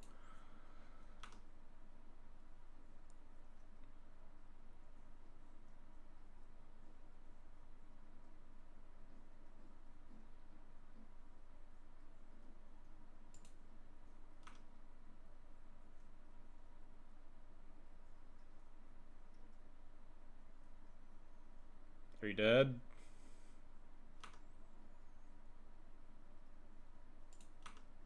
You're at 5. Kill that shit. Go.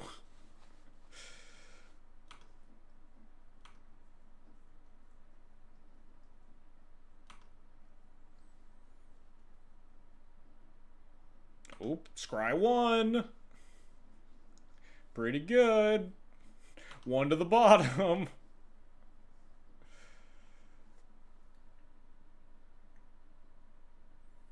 Maybe they have deal damage to me equal to the number of artifacts I control? Nope, not quite enough.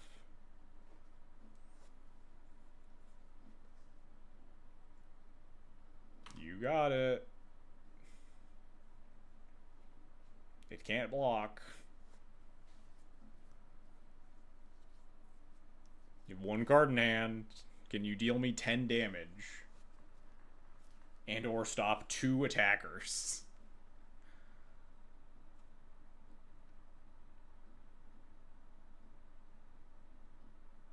This feels... Maybe this is the same as the fucking, like, mono white player, huh? Uncommon...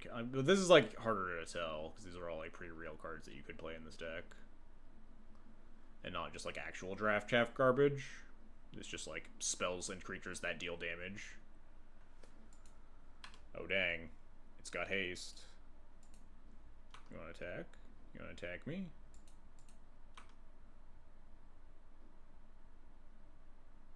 Damn.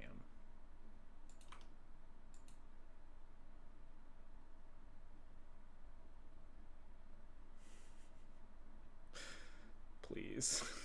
Opponent.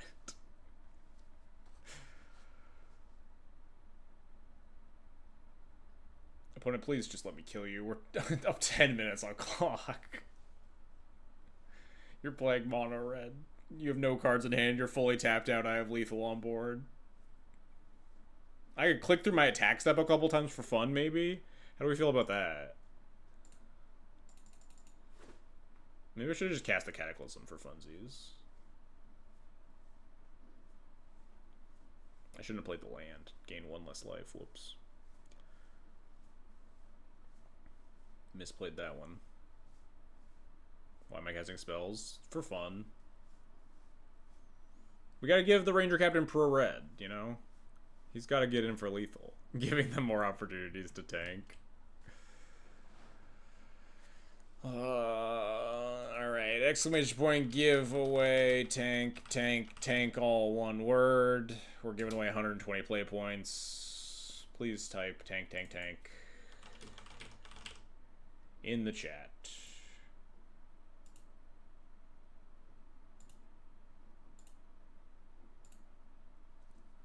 Everyone get your tanks. Get your tanks in the chat.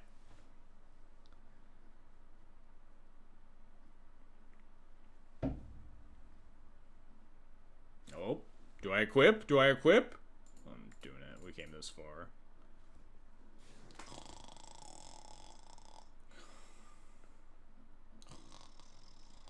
God, fucking. I'm out of water. This is the worst. It's the worst day ever. No, I'm actually having a lot of fun. Cloud's really cool. I'm excited to like do. It's unfortunate this is like taking a little bit long because I want to do a debrief about the deck at the end, but it's gonna be pretty late by the time we finish our last match here.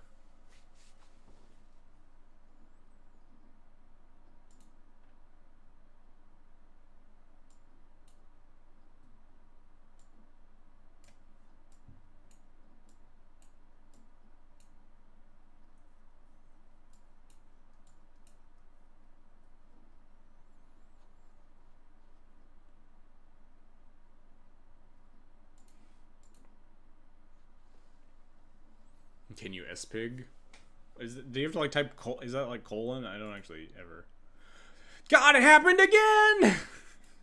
Doesn't matter nearly as much now, but wow, I can't. What did I say when I did it the first time? That it was like a lesson that I would learn and then not do in the future? Man, God, fucking. I need to cut Sword of War and Peace from this deck so I stop trying to enchant and equip things with white equipment and also Sword of War and Peace.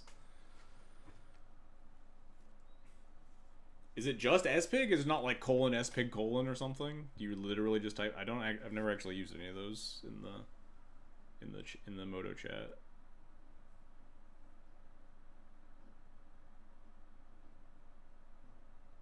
Total punt. I guess technically the total punt count is at 1, but that was because of the Azusa match.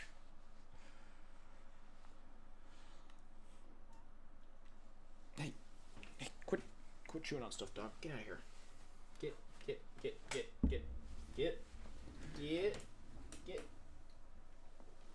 Oh, we're in combat. Can we go to attacks? No? If they take long enough between game actions, then I'll click through my attack step on accident, and then they'll time out before they kill me. It is colon S-Pig colon. Alright, we'll hit him with the S-Pig. It doesn't do anything. I was lied to. That's what they could see? Sure. It's bracket S-Pig bracket? Alright, let's test it while we're in here. Oh, we did it! It is brackets. Nice. Thanks, Eric. Alright, don't forget to get your tanks in.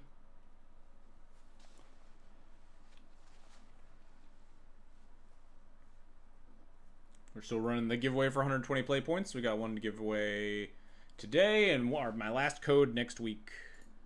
Because the stream after that will be July 1st. I'll have new codes for the month and a new ban list for Legacy.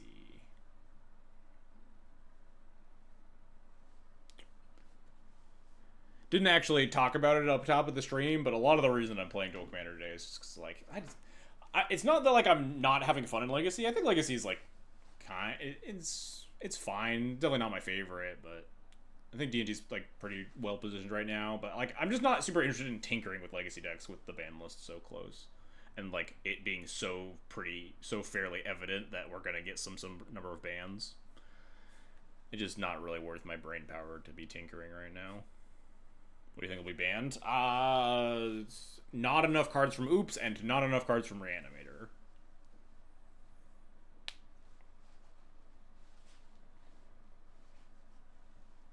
What do you want, kitty? Why are you looking at me? Get out of here. Get. That's the opposite of getting. Nope, that's the opposite of getting. Fine. Menace.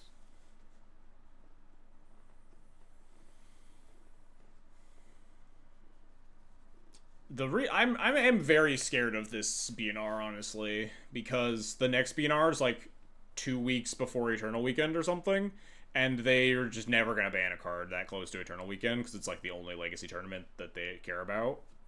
So if they don't ban enough here, then we're kind of fucked.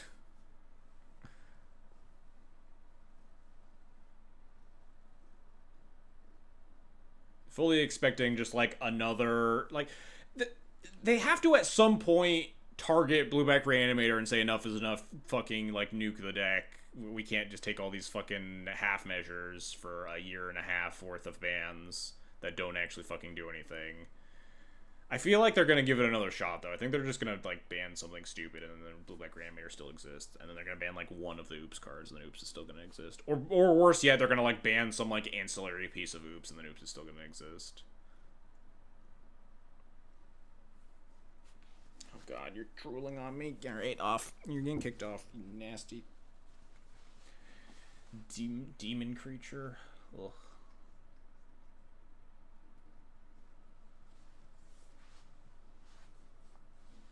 If they ban Bogart Trawler, I'll cry. I mean, I think they would need to ban like 2 of the Black MDFCs to like make any sort of headway, and it probably wouldn't even. It would probably just be like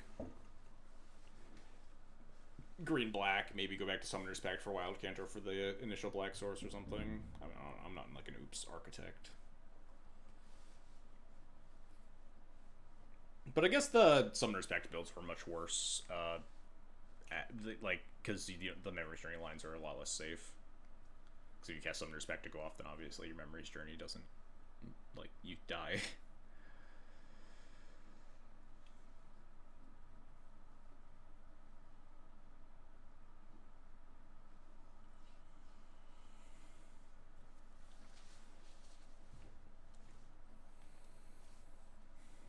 I wouldn't be sad to see Tamiyo go, because that card probably, its days are probably numbered, but I also think that if they just ban Tamiyo in a week, in a limp attempt to nerf Blueback Reanimator again, then Blueback Reanimator will just continue to exist.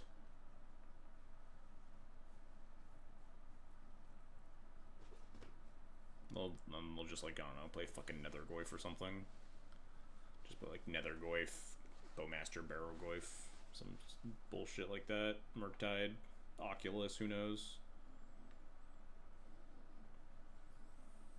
I think they kind of have to nuke both decks from orbit at, like, a decent amount. But if they don't want to ban old cards, I think they just need to ban a lot of new cards. Which is also fine.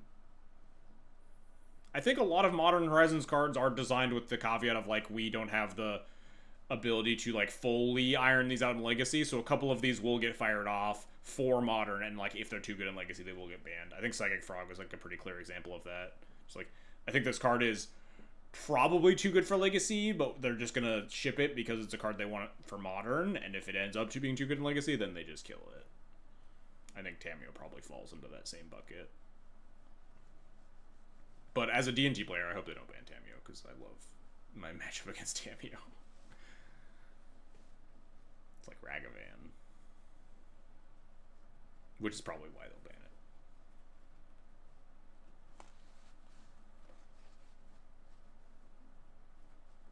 Opponents! Come on, we only needed one more. We were firing these, like, pretty consistently. We needed one more opponent. Let's get our Cloud Trophy. Come on.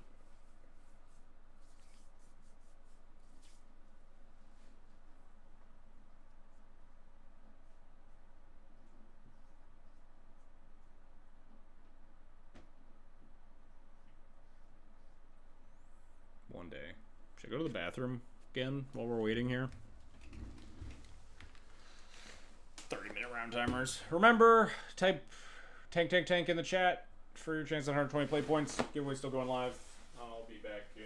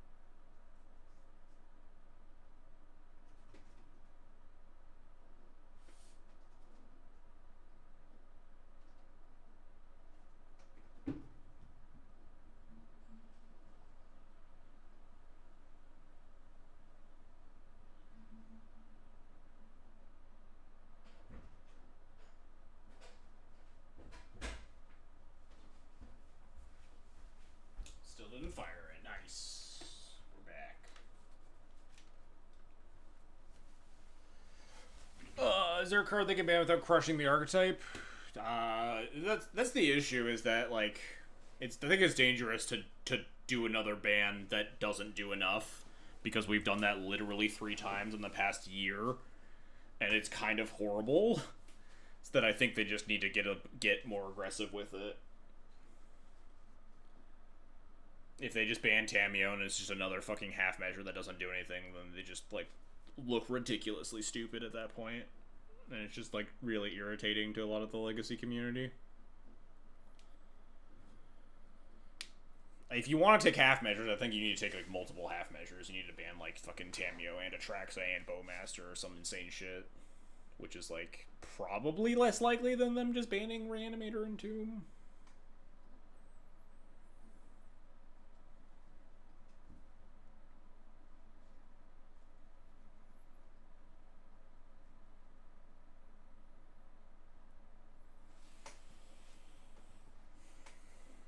I do think they need to, like, I saw the comparison the other day that, like, Blueback Reanimator as it currently stands is the way it is because it's just the tempo deck. It's the tempo deck with the tempo problem, but with a disguise, in that Entomb Reanimate is just your broken card advantage engine, in a way that, like, every other card got banned in tempo decks, like Expressive Iteration, Dreadful Arcanist, Psychic Frog, blah blah blah. Is because it's just like a very cheap card advantage engine that is consistently what makes tempo 2 good. So I do kind of sympathize with like we don't want to make, like, we should nerf tempo rather than Reanimator. But like, now that the fucking Pandora's out of the box on this one, or Pandora's one with the box? I don't know. There's some saying Genie's out of the bottle. I don't know. We can't put it back in. I think that the Reanimate and 2 package is like really, really good. Jammed into the deck, so even if you like ban 2 cards out of the tempo deck, is that enough? Because the Reanimate stuff is so good, can we just get away with like a Nether Goyf, Barrow Goyf, Murktide, whatever deck that also just plays Reanimate and Tomb? I mean, they're never banning Brainstorm. They're also probably never banning Daze. There are a lot of banned Daze truthers out there, though. But, you know, regardless of my opinion on it, I think it's just, like, very exceptionally unlikely to happen. I think they're much more likely to ban Entomb or Reanimate. Although those are also like kind of marquee cards of Legacy, but I think less so than Brainstorm and Daze.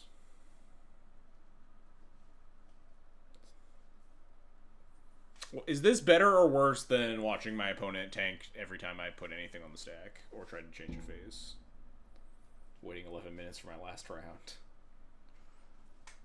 Should have just done my fucking cloud debrief during this, huh? Dog, can you go bug somebody else, huh? What is your problem? Get out of here. Get. Shoo. Shoo.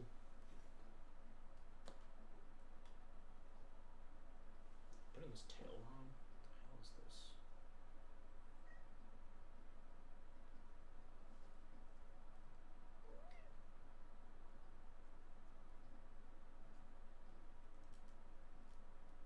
Did she bring this? No, that's right.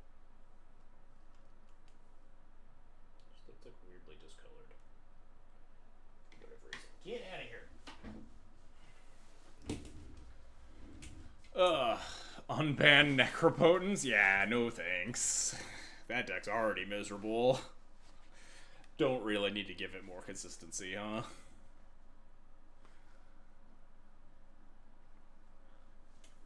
I stand by that, like, what happened with Necrodominance is maybe the worst possible outcome for Legacy, in that, like, some people thought it was actually just gonna, like, the combo deck was going to be broken and need to be banned, and some people thought it was just going to be dog shit unplayable, but it is just playable enough to add another, like, garbage Belcher deck into the format that like, folds hard to Force of Will specifically, but dodges a lot of the other hate in a way that just, like, is kind of frustrating to exist when you play against it once every, like, 10 leagues, but it's never going to be enough of the metagame to be incentivized.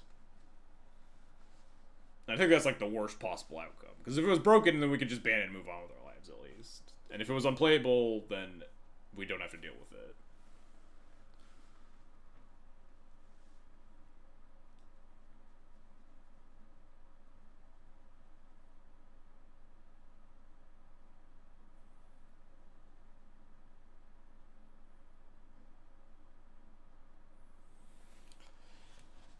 Maybe we'll end the giveaway here. Anyone get the last tank in chat? Their chance on 120 play points. We'll wrap up the giveaway here. We've been running it for a bit while we're sitting here waiting for our last match. If it were good, I'd actually get to use this foil abolish. Do we even run enough planes to abolish necrodominances?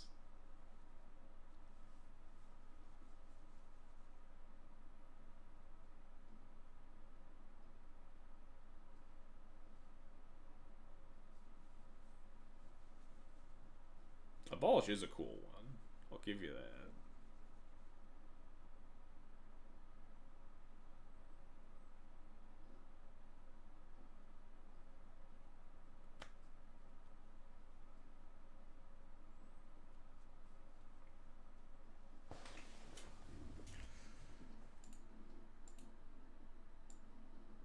I want to see if anyone's built diamond weapon.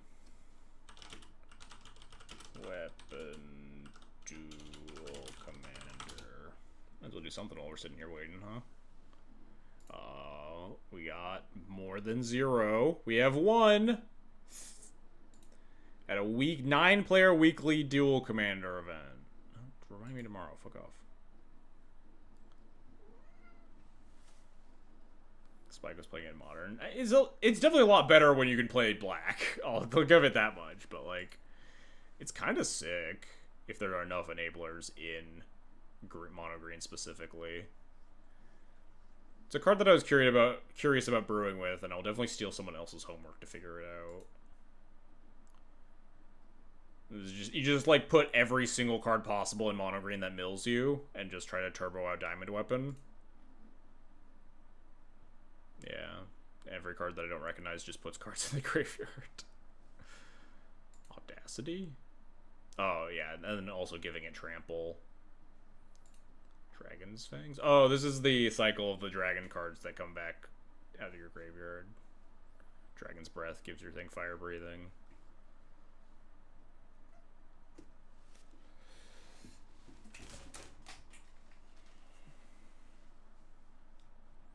You'd play Cactus Preserve with our 9-drop commander? Make a fucking 9/9 with reach? This card makes sense. Kills things. Tangleweave Armor, 4 mana, 9/9. This deck's actually kind of fucking sick, huh? Things that give it trample, especially permanents, because you want to mill over a lot of permanents. Town Greeter's a Satyr, Wayfinder. Nemesis of Mortals? Oh, sure, alright. It's just another diamond weapon.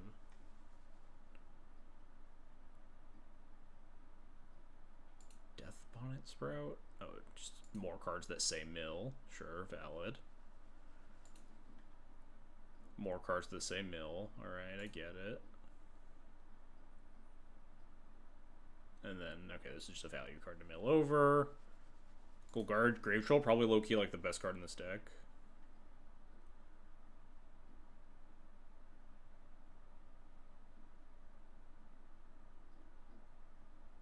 Isn't there... What is that thing that like Modern Dredge played that like milled you to? It has 3 charge counters. And it like you tap, mill, player over 2. What am I thinking of? Shriekhorn. Yeah, no Shriekhorn seems nuts in this deck, right?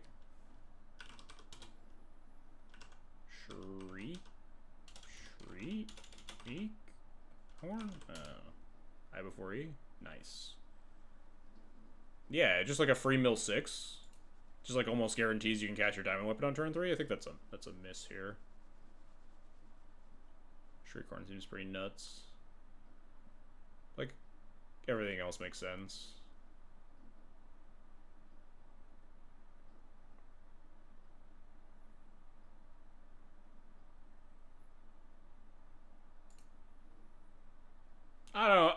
don't know if we're Surveil Grotto deep.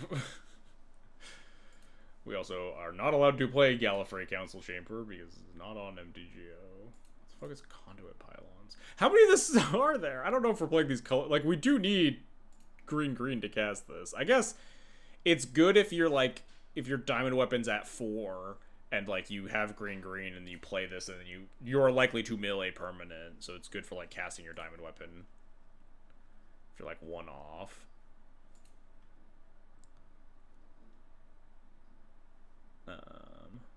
Witch's Clinic? What the fuck is... Oh, not bad. It's a soul land for diamond weapon. Yeah, but it's not a soul land if you have enough permanents in your yard, right? Then it's just a card that doesn't cast diamond weapon.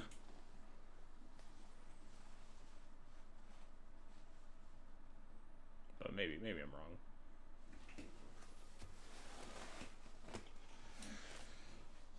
wrong. Isn't there like a... Isn't there a different Yalva Maya that also like regenerates your thing? Speaking of bad Kolos cards to add to this deck. Being able to protect your diamond weapon from... I guess, what cards are killing it that aren't exile-based removal? Oh shit. We actually have the match. We did it. Oh fuck, Azusa matchup again. I think this matchup is not that good. Oh, fucking sick as hell Azusa matchup, though.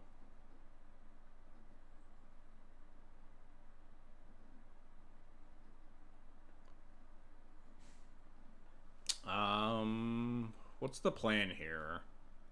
Sand seems pretty slow. I think I'm pretty happy to mulligan it. Urza Saga doesn't get me anything good in this matchup, really.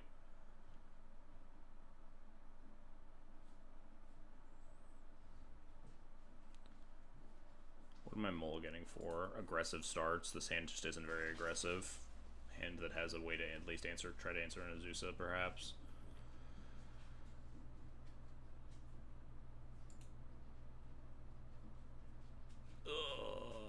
I think I keep this hand, but it's definitely risky. But Ocelot Pride is an aggressive start, and we have the ability to like have Springleaf Drum to slowly get our next mana pieces online. I think I just bottomed this Kemba. I think this Kemba kind of sucks. Maybe bottom the Skyclave. We have cast energies. Oh shit! Wait, actually goaded. Wait, this is actually the combo. I think maybe we actually bottom the Swift reconfig. I think it's bad versus almost everything out of the Azusa deck.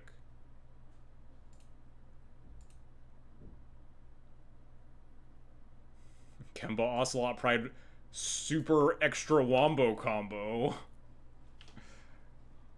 The giveaway. Oh yeah, sure. Forgot about that. Oh shit, we just hit the land easy. Never didn't have it.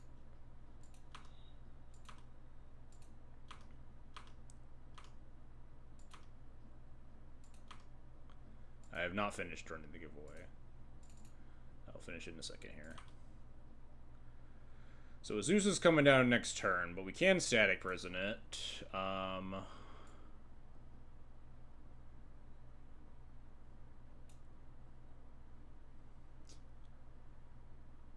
mana is unfortunately spoken for. I could just play Commander's Plate and put it on a cat. It adds a decent amount of power to the board, right?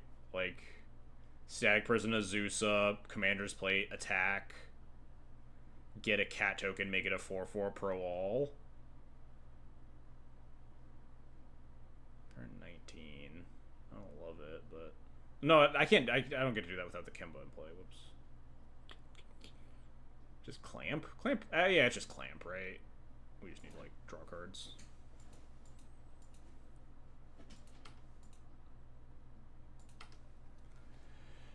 Do I dare Clamp the cat token before I Static Prison the Azusa is the question.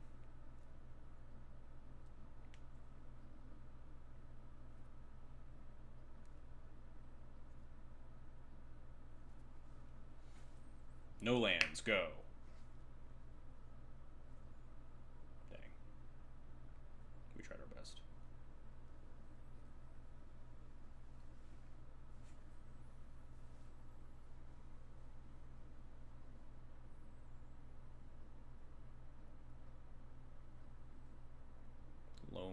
failed passage, sure.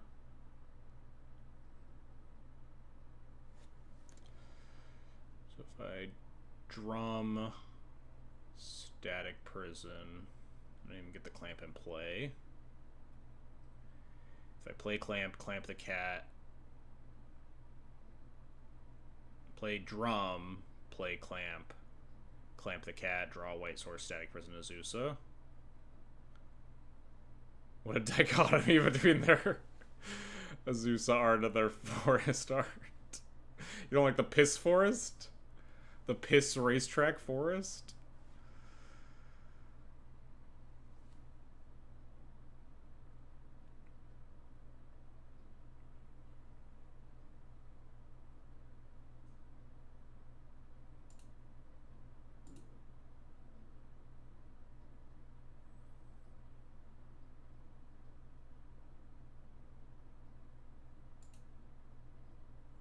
I think I do want to play the Skull Clamp out.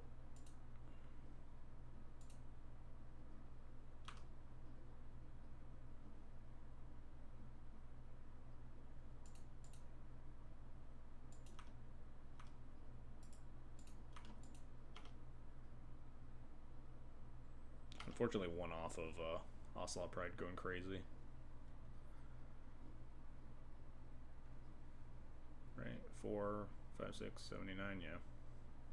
If they play the thing again, I guess I just Skyclave it.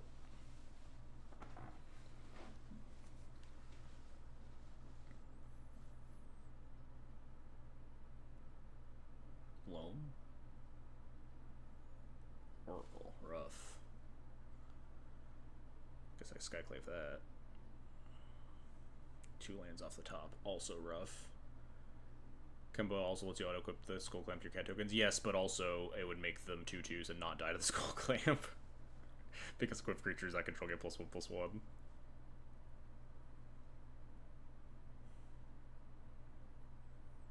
Ooh, Tech Edge doesn't really do anything.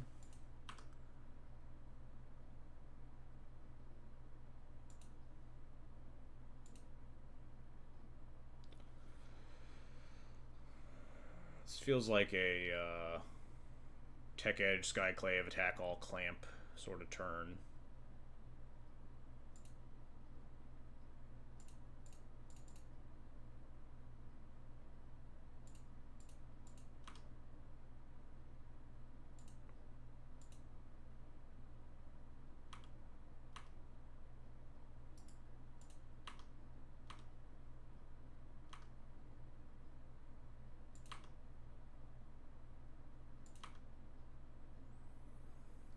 One, two, three, 4, 5, 6, 7, 8.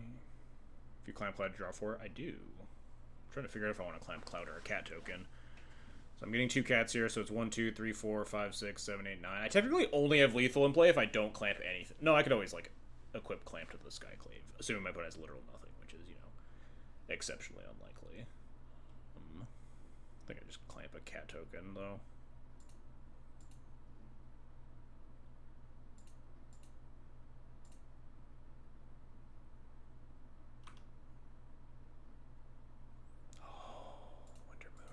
If we don't get too horribly murdered here, this Winter Moon could go crazy.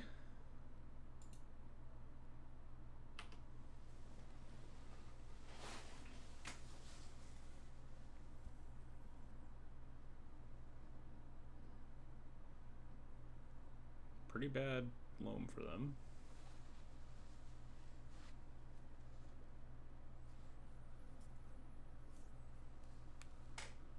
Might have a good turn with, I guess, Tech Edge and Winter Moon's probably not that much. I guess. Oh, they're just dead. We did it. Holy shit. Did not expect that. Fucking go Ocelot Pride.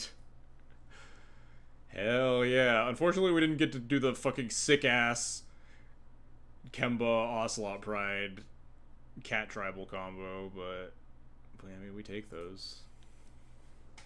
I think the Springling Drum is terrible. It's just been really... I just want to play like a land. I think this hand is very... It's actually, no, this hand isn't bad. Suddenly this hand is much better because I have Gemstone Cavern, so I get to play turn 1 Cloud. I'm want to keep this. What am I pitching to the Gemstone Caverns here? It's probably just pitching a land, but I kind of almost want to pitch the Swift reconfig, because I don't think this thing has almost any targets, but there are non-zero. So I should probably keep it. I just don't need, like, the other planes. I guess I only have, like, white in that case, though. Pitch the Talon Gates. Talon Gates could potentially try to punch through lethals.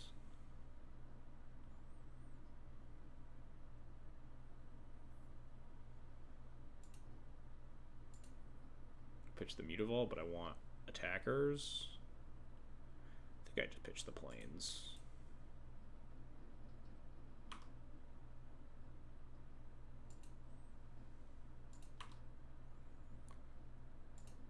Hey, Shadow Flare, thanks for the follow. Appreciated.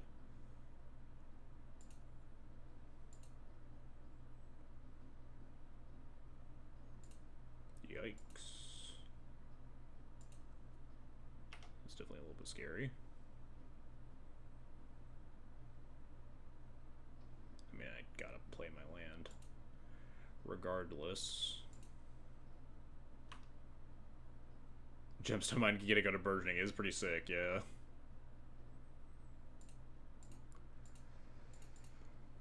Is it weird that I want to get, like, Jite here? To go with, like, Sid?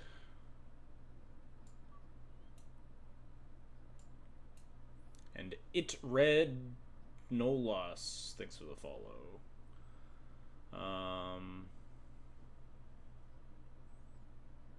And Lore Master P, also, thanks for the follow. Thanks for the follows, everybody. I guess maybe we just get Skull Clamp again, huh? I feel like I want to race my opponent and not hit a bunch of land drops with burgeoning in play. Although if they just cast Azusa, they're just gonna play all their lands anyway, right? If I go like Sid into a draw 4 with Cloud seems pretty good. You're playing my friend. He sucks. Kick his ass. Rough beats for your friend, but I'll try my best. Yeah, let's grab Skull Clamp. I think drawing 4 looks pretty good here, depending on what they do.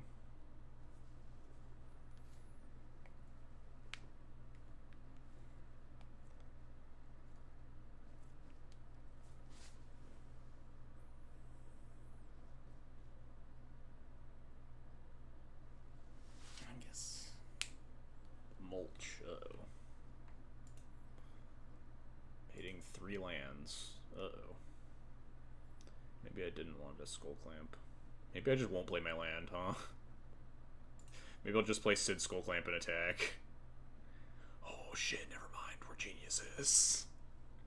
I guess I would wish I had a thing that isn't Skull Clamp specifically now, but I definitely want to play my land.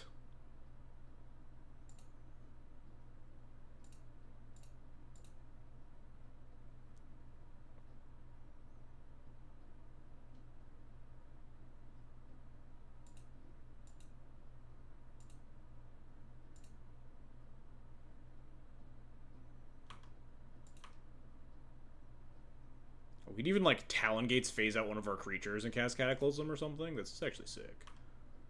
Although I'm probably just going to clamp the Cloud here, huh? I might not cast Cataclysm next turn. We'll see.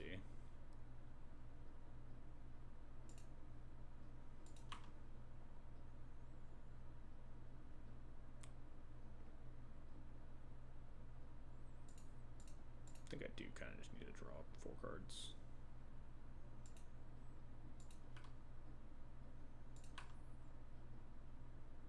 Those are pretty good ones. Helps me... Oh, shit. I just forget that this happens sometimes. I think this Codsworth probably sucks. Just always, pretty much. If I could discard an equipment, I could get it back with Sid, but I don't have any equipment or vehicles. I guess maybe we discard the Swift reconfig. This card's probably bad. Maybe I'll regret that, who knows. If he just spews his hand, we could, like, Solitude Azusa and cast Cataclysm and just rebuild from there.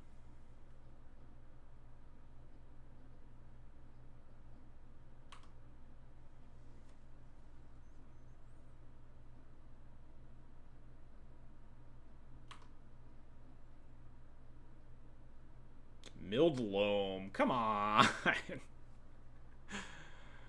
Why you gotta be like that when I'm planning on casting Cataclysm and you have a fucking Burgeoning in play? Chooses Emrakul, the world anew.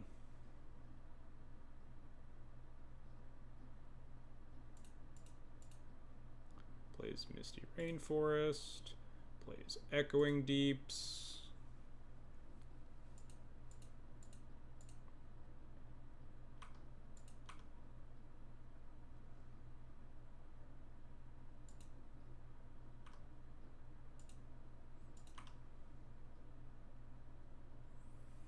Oh shit, we have Flagstones too? This has gotta be Cataclysm time, I think. My opponent has an Emrakul in hand. How much mana do they have? I have no idea what the opponent's cards are because of the weird arts. They have 1, 2, 3, 4, 5, 6. 7. We do have to be afraid of getting Dust Bolt out of this game too, so I should probably just cast Cataclysm right now and try to rebuild slowly with like Ocelot Bride afterwards. Okay, so step 1. Hope that they put in another land from Burgeoning. They did. Dang. Step 2, attack for 2.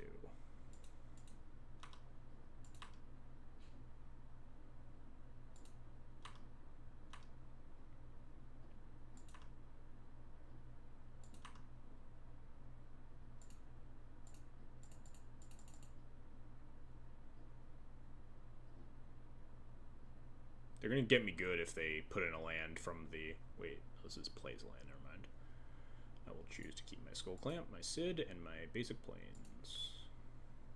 Done.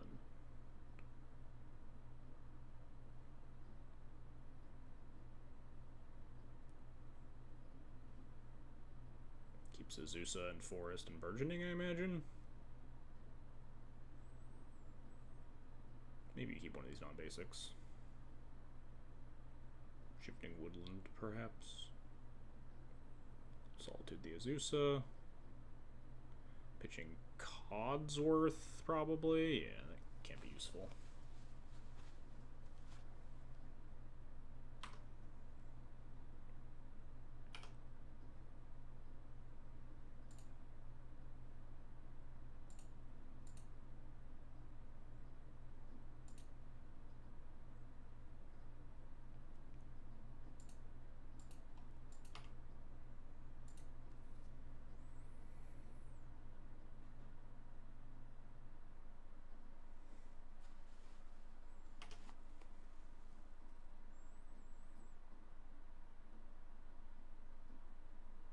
I mean, if they don't have the land, they can't get back the... Alright, well, there's the land for Loam. But it means they don't have a land drop anymore, right?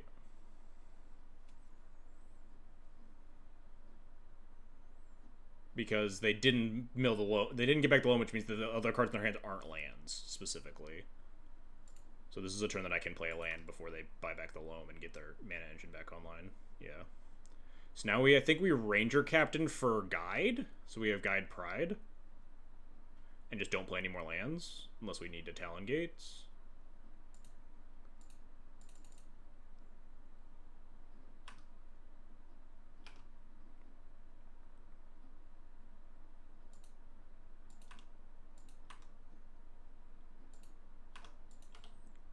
Could like play Pride and equip Skull Clamp and maybe that's fine, but now they get back Loam, but they have to spend their whole turn doing that. And I just won't play any more lands, and their Azusa costs 5 mana, so it'll take them a long time to rebuild. I love Cataclysm. Cataclysm's such a fucking sick card, man. Cataclysm's just so cool. They Loam back Woodland, Gingerbread Cabin, Forest. I will just play Guide Pride and equip Skull Clamp to Ranger Captain. And not play any lands.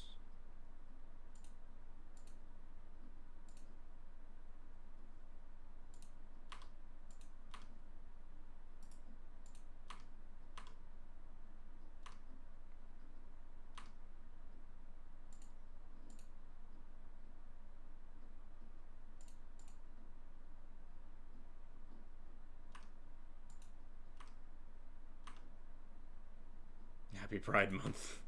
Happy Pride Month indeed. Do I have lethal? 2, 3, 4, 5. Yes, I can sack the Ranger Captain here. Although I'm not sure I want to. We'll see.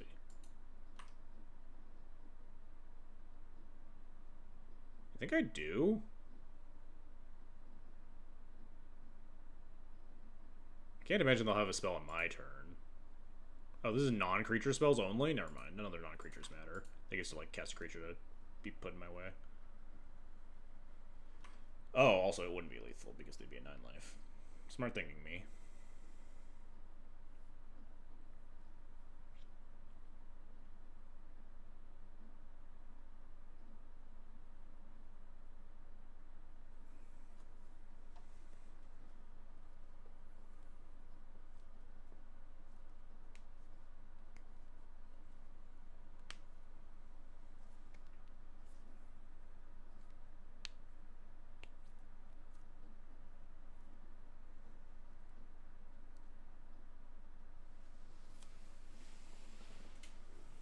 This thing puts them in untapped, right?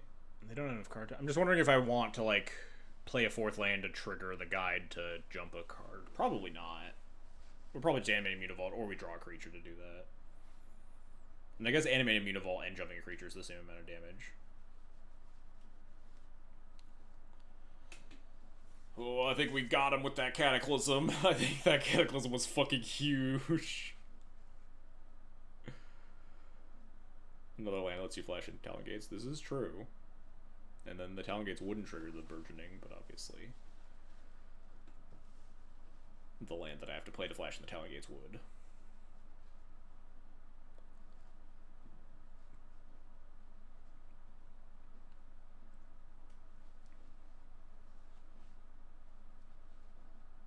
Summoner's Pact, huh? That can't be good for you.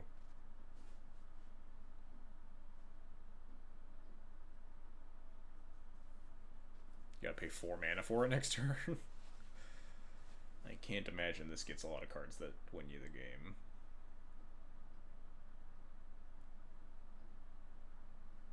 But I mean, you gotta check. You respect it. I mean, you gotta make sure you have some outs in the deck if you're dead on board. Spore Frog. I mean, if they Spore Frog, then they'd pay 4 mana next turn and then they still die. Like, Spore Frog is not saving them. Arboreal Grazer, you got it. It does, I mean, it saves them like a turn.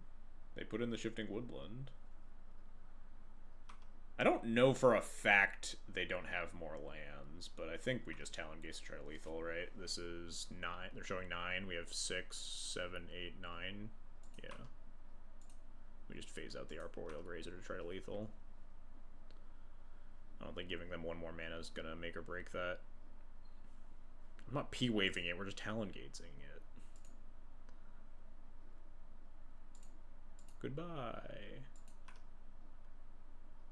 We know one of the cards in their hand is Emrakul. Oh, they did have another land. Good for them. But that means the last card in their hand better fucking kill me.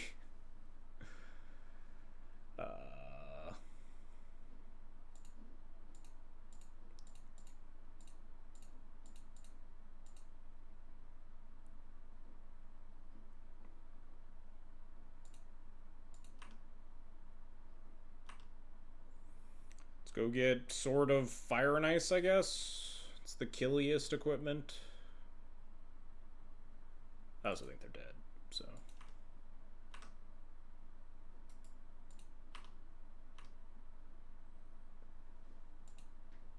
Jump. Pride. Take to the skies. Happy Pride, everyone.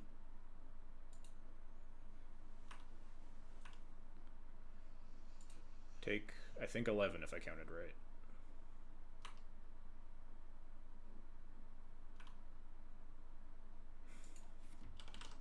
Oh, 07 in chat. No, I was gonna say GG's.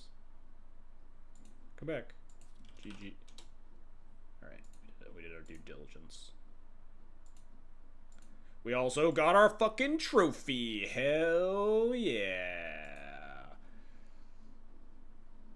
Cloud trophy. Let's go. Banger. Do you like Cloud more than Felia? I think Cloud is distinctly less fun than Felia, that's for sure. But it's definitely an interesting axis that,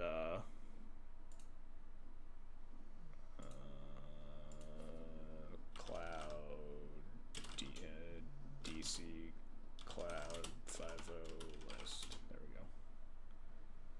All these people in the trophy level are such fake usernames. I mean XJ Cloud. Oh no. I've become, what is the name? Jim Raynor R.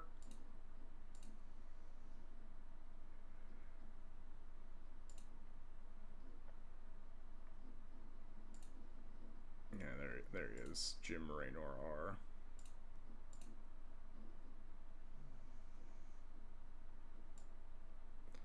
Alright, so let's do a little debrief, and what was our round 3? It was Azusa. Alright, good enough. DC Cloud matches. And then we open the old paint.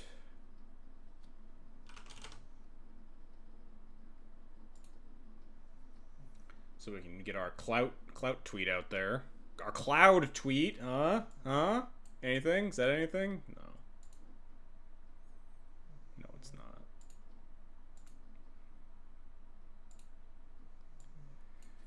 Adeline. I think that's how you spell that? I hope it is. Slimefoot and Squee.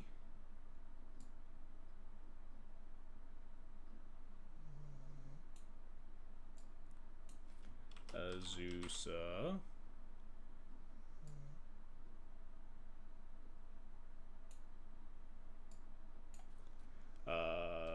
Norin. I forget his name, but I think people, if I post a Duel Commander Trophy, people will understand it's not the unplayable Norin the Wary. Azusa again. Azusa is notably a matchup that I always found pretty bad for Felia, so beating it twice is pretty big. Alright, let's do a little debrief. Let's make our clout tweet and do a little debrief. So, lessons learned here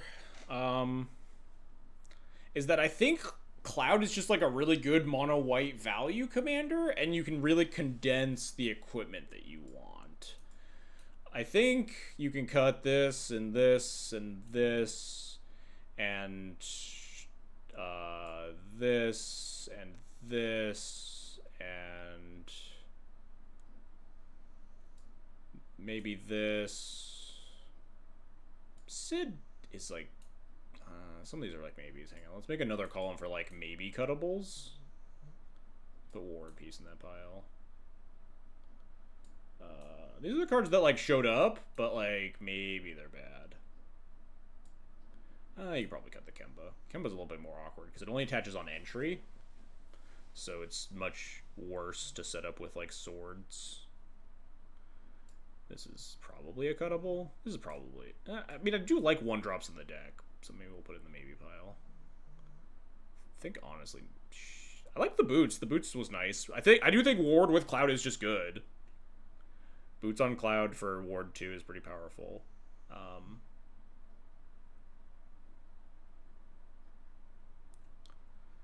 But yeah, I think you can condense the deck into a lot of just mono-white good cards, and Cloud fetches a pretty core, a key core set of equipment in certain matchups where you constantly get Skull Clamp in the grindy matchups, and you get GT in the the mono red matchups, and when you get Formal Wear when you don't think Cloud is going to live for you to Skull Clamp it, and you get value that way. And there are a couple instances where you're gonna against a combo deck, or a big mana deck like Azusa, you're gonna want something that kills them fast. Whether that's maybe a Sword of Fire and Ice, or a Sword of War and Peace, or perhaps a Sword of Feast and Famine, something like that. And maybe you can just go down on a lot of the dumb equipment stuff, because this often felt like the worst cards in the deck. We had Aether Spark in our hand multiple times that we never cast. The Chakrams was cute, but I don't. It's just you have a bunch of other cards that are good for gaining life, and The Frodo was okay. Maybe we could put the Frodo in the maybe pile because he's pretty good with like sword and GT, but not good with like commander plate, lawless reboot, stuff like that. Like a lot of these cards are like kind of slow and like aren't really what you're about. How do you feel about plate? I think it's good. If you have an opening for it with Cloud, it's like really good. And even without like just in a longer game, if you like on like the second or third time you cast Cloud, if you just go grab plate and make all of your creatures just like tiny Progenituses, it seems like it's probably good. It only came up like one game, and that game we died, but also had the Sigarda's Aid in play, so it was obviously a lot better. But your ability to like also find it with Urza's Saga, and like, you know, some turn like have Cloud in play, and you just like go find it with Urza's Saga and equip it to Cloud for 3, and suddenly your Cloud's close to unkillable. Seems pretty powerful. So I think that's probably, I think that is the main thing, is that you don't need to be as equipment focused as the deck is. You can just play a lot of good cards because Cloud is just, is Steel Shaper's Gift worth it when you have it in the command zone? That's, I guess, also another good question. If you're less equipment focused, maybe Steel Shaper's Gift is just bad because you're always casting Steel Shaper's Gift every game. That is a reasonable consideration. And then, like, in a lot of these slots, you can just play good 1s and 2s that make your equipment better because you have stuff in play to put the equipment on. Like, I think this deck does kind of want more 1s. Maybe the Doom Traveler idea wasn't, like, so insane.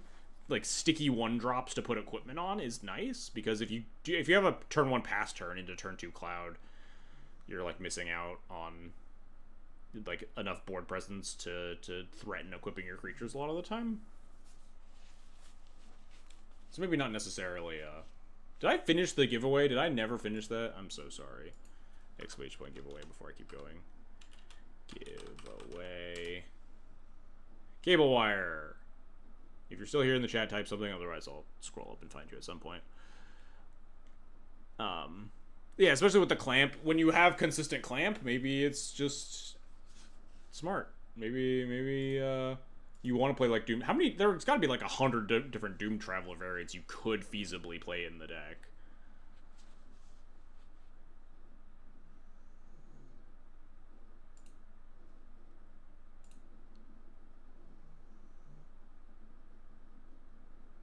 All right, here is the code.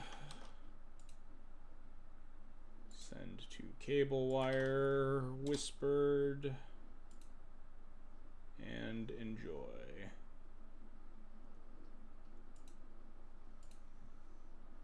Alright. Back to this. I kind of just always hate Reprieve, so I'm always on board cutting that. But and then like we were looking at the Flash threat package that other player was playing, and like maybe you could play some of those. The Archivist of Ogma. Although without Felia in the deck, it's a little bit more awkward to have Flash cards, because you can't threaten, like, the variation of different things. Every turn you hold up Felia, and then you flash in something else, and you continue to threaten the Felia flash. Deep Gnome Terramancer, I think that card probably sucks. Compared to a card like... I mean, Archivist of Ogma also kind of sucks, but there are so many, like, fetch lands in the format that it's, like, a little bit better. Like drawing cards. Maybe you want to hit land drops more than you want to draw cards, but doesn't Deep Gnome Terramancer like very specifically like second land of turn or something? Where's my Deep Gnome? What does this card do again? Oh, if it's literally just fetch lands, nothing else. If a land enters the opponent's control without being played, it's almost exclusively if your opponent plays a fetch land, you get a tapped land once. Yeah, this card probably sucks. It's also good against Burgeoning, sure, yeah. It's good if we play against a bunch of Azusa, although it's not good against Azusa herself. You could also maybe experiment more with lands in the sideboard. Maybe the Mirrex was something reasonable. You don't always need a bunch of white mana. It's just mainly to cast Cloud. So, like, you could have the Mirrex as, say, your second land, because it taps for a color on the first turn it's in play, right? So you play the Mirrex on turn 2 to cast the Cloud, and then you have your, like, cheap token maker to go with your Skull Clamp. which is something this deck is pretty interested in.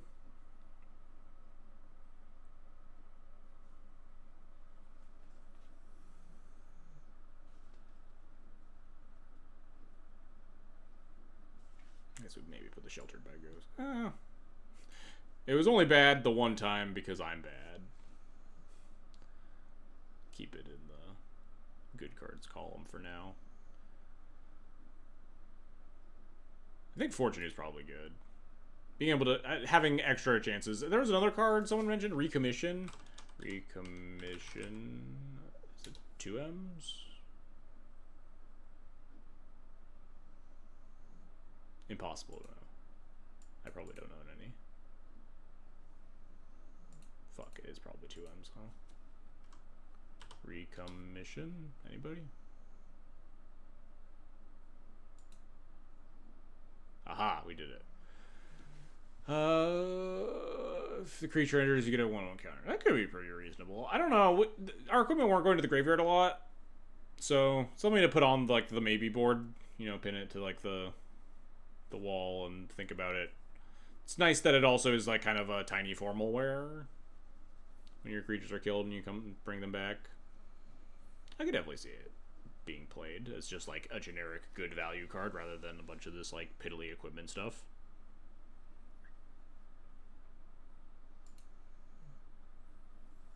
But that was a pretty good first showing. I do really like that Cloud is such a like multi-purpose role player in the way that Felia isn't. Whereas Felia does one thing and does one thing very well. Cloud is the Swiss Army knife where he can be an aggro card or a value card or like a board presence card, stuff like that. Felia is also a card that's at the mercy of your opening hands a lot. Where Felia is only as good as the cards you're flickering with it. But Cloud makes those decisions for you. Cloud lets you go like, okay, I need these tools in the matchup, so I will go grab them. Versus Felia is just like, oh, well, I hope I have my, like, my Witch Enchanter to blow up my opponent's artifacts repeatedly, or, like, my value card, like, to make a bunch of board presence, get my Blade Splicer, or get my, like, removal card and stuff. Which, obviously, Felia is full of those cards and often has the ability to do that, but, you know.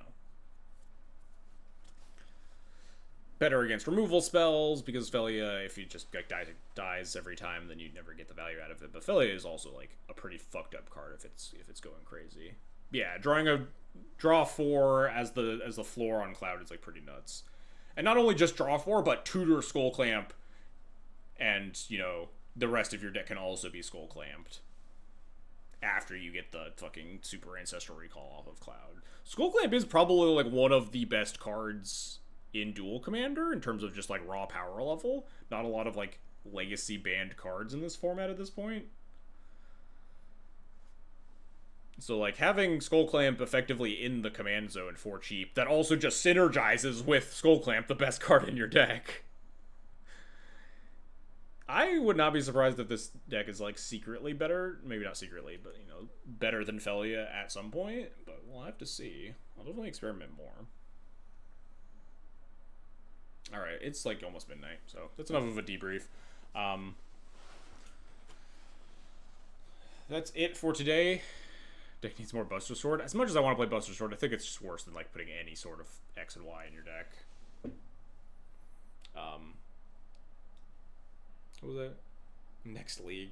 Next week, I will be playing another Duel Commander League it'll be the last stream before the Legacy ban list announcement, so I don't know if I'll look around for more like Diamond Weapon lists. I'm kind of interested in trying that. I might try, Acerarak combo, whatever. That's got a couple of new cards that I wanted to try out. Pretty cool, like, creatureless combo deck, very much in the opposite direction of the decks that I usually play in Duel Commander. Mono white creature piles. But I'll play that, or I'll play Diamond Weapon or something. Things that I'm curious about. And we'll get back to Legacy once the BNR happens. I'll maybe make some tweaks to this list too, I don't know. A lot of cards that you could interchange. But yeah, very good first showing for Cloud. Trophy against like some decks that Felia does have trouble with. I think Felia is favored against mono red, but not as favored as I felt with Cloud. Twice against Azusa, a matchup that I commonly fear with Felia, and you really need to like draw your good cards. Like draw your Winter Moons and your like Tech Edges and your Dust Bowls as Felia, generally, because your clock just isn't good enough, but Cloud can produce that clock. I forgot what else would be. Slimefoot and Squeeze, kind of whatever. I usually feel pretty good against that matchup with most of my mono white decks. And then we played against like the Adeline nonsense. So that'll be it for tonight. Thanks everybody for watching. Let's go find somebody to raid, huh? So I can go to bed. Rain streaming? Of course he is.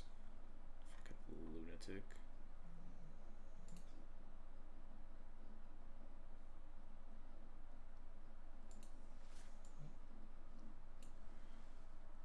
Alright, let's ship all you hooligans off.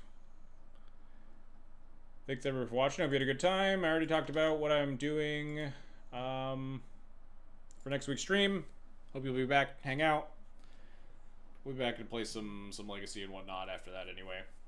And I'll see you all next week.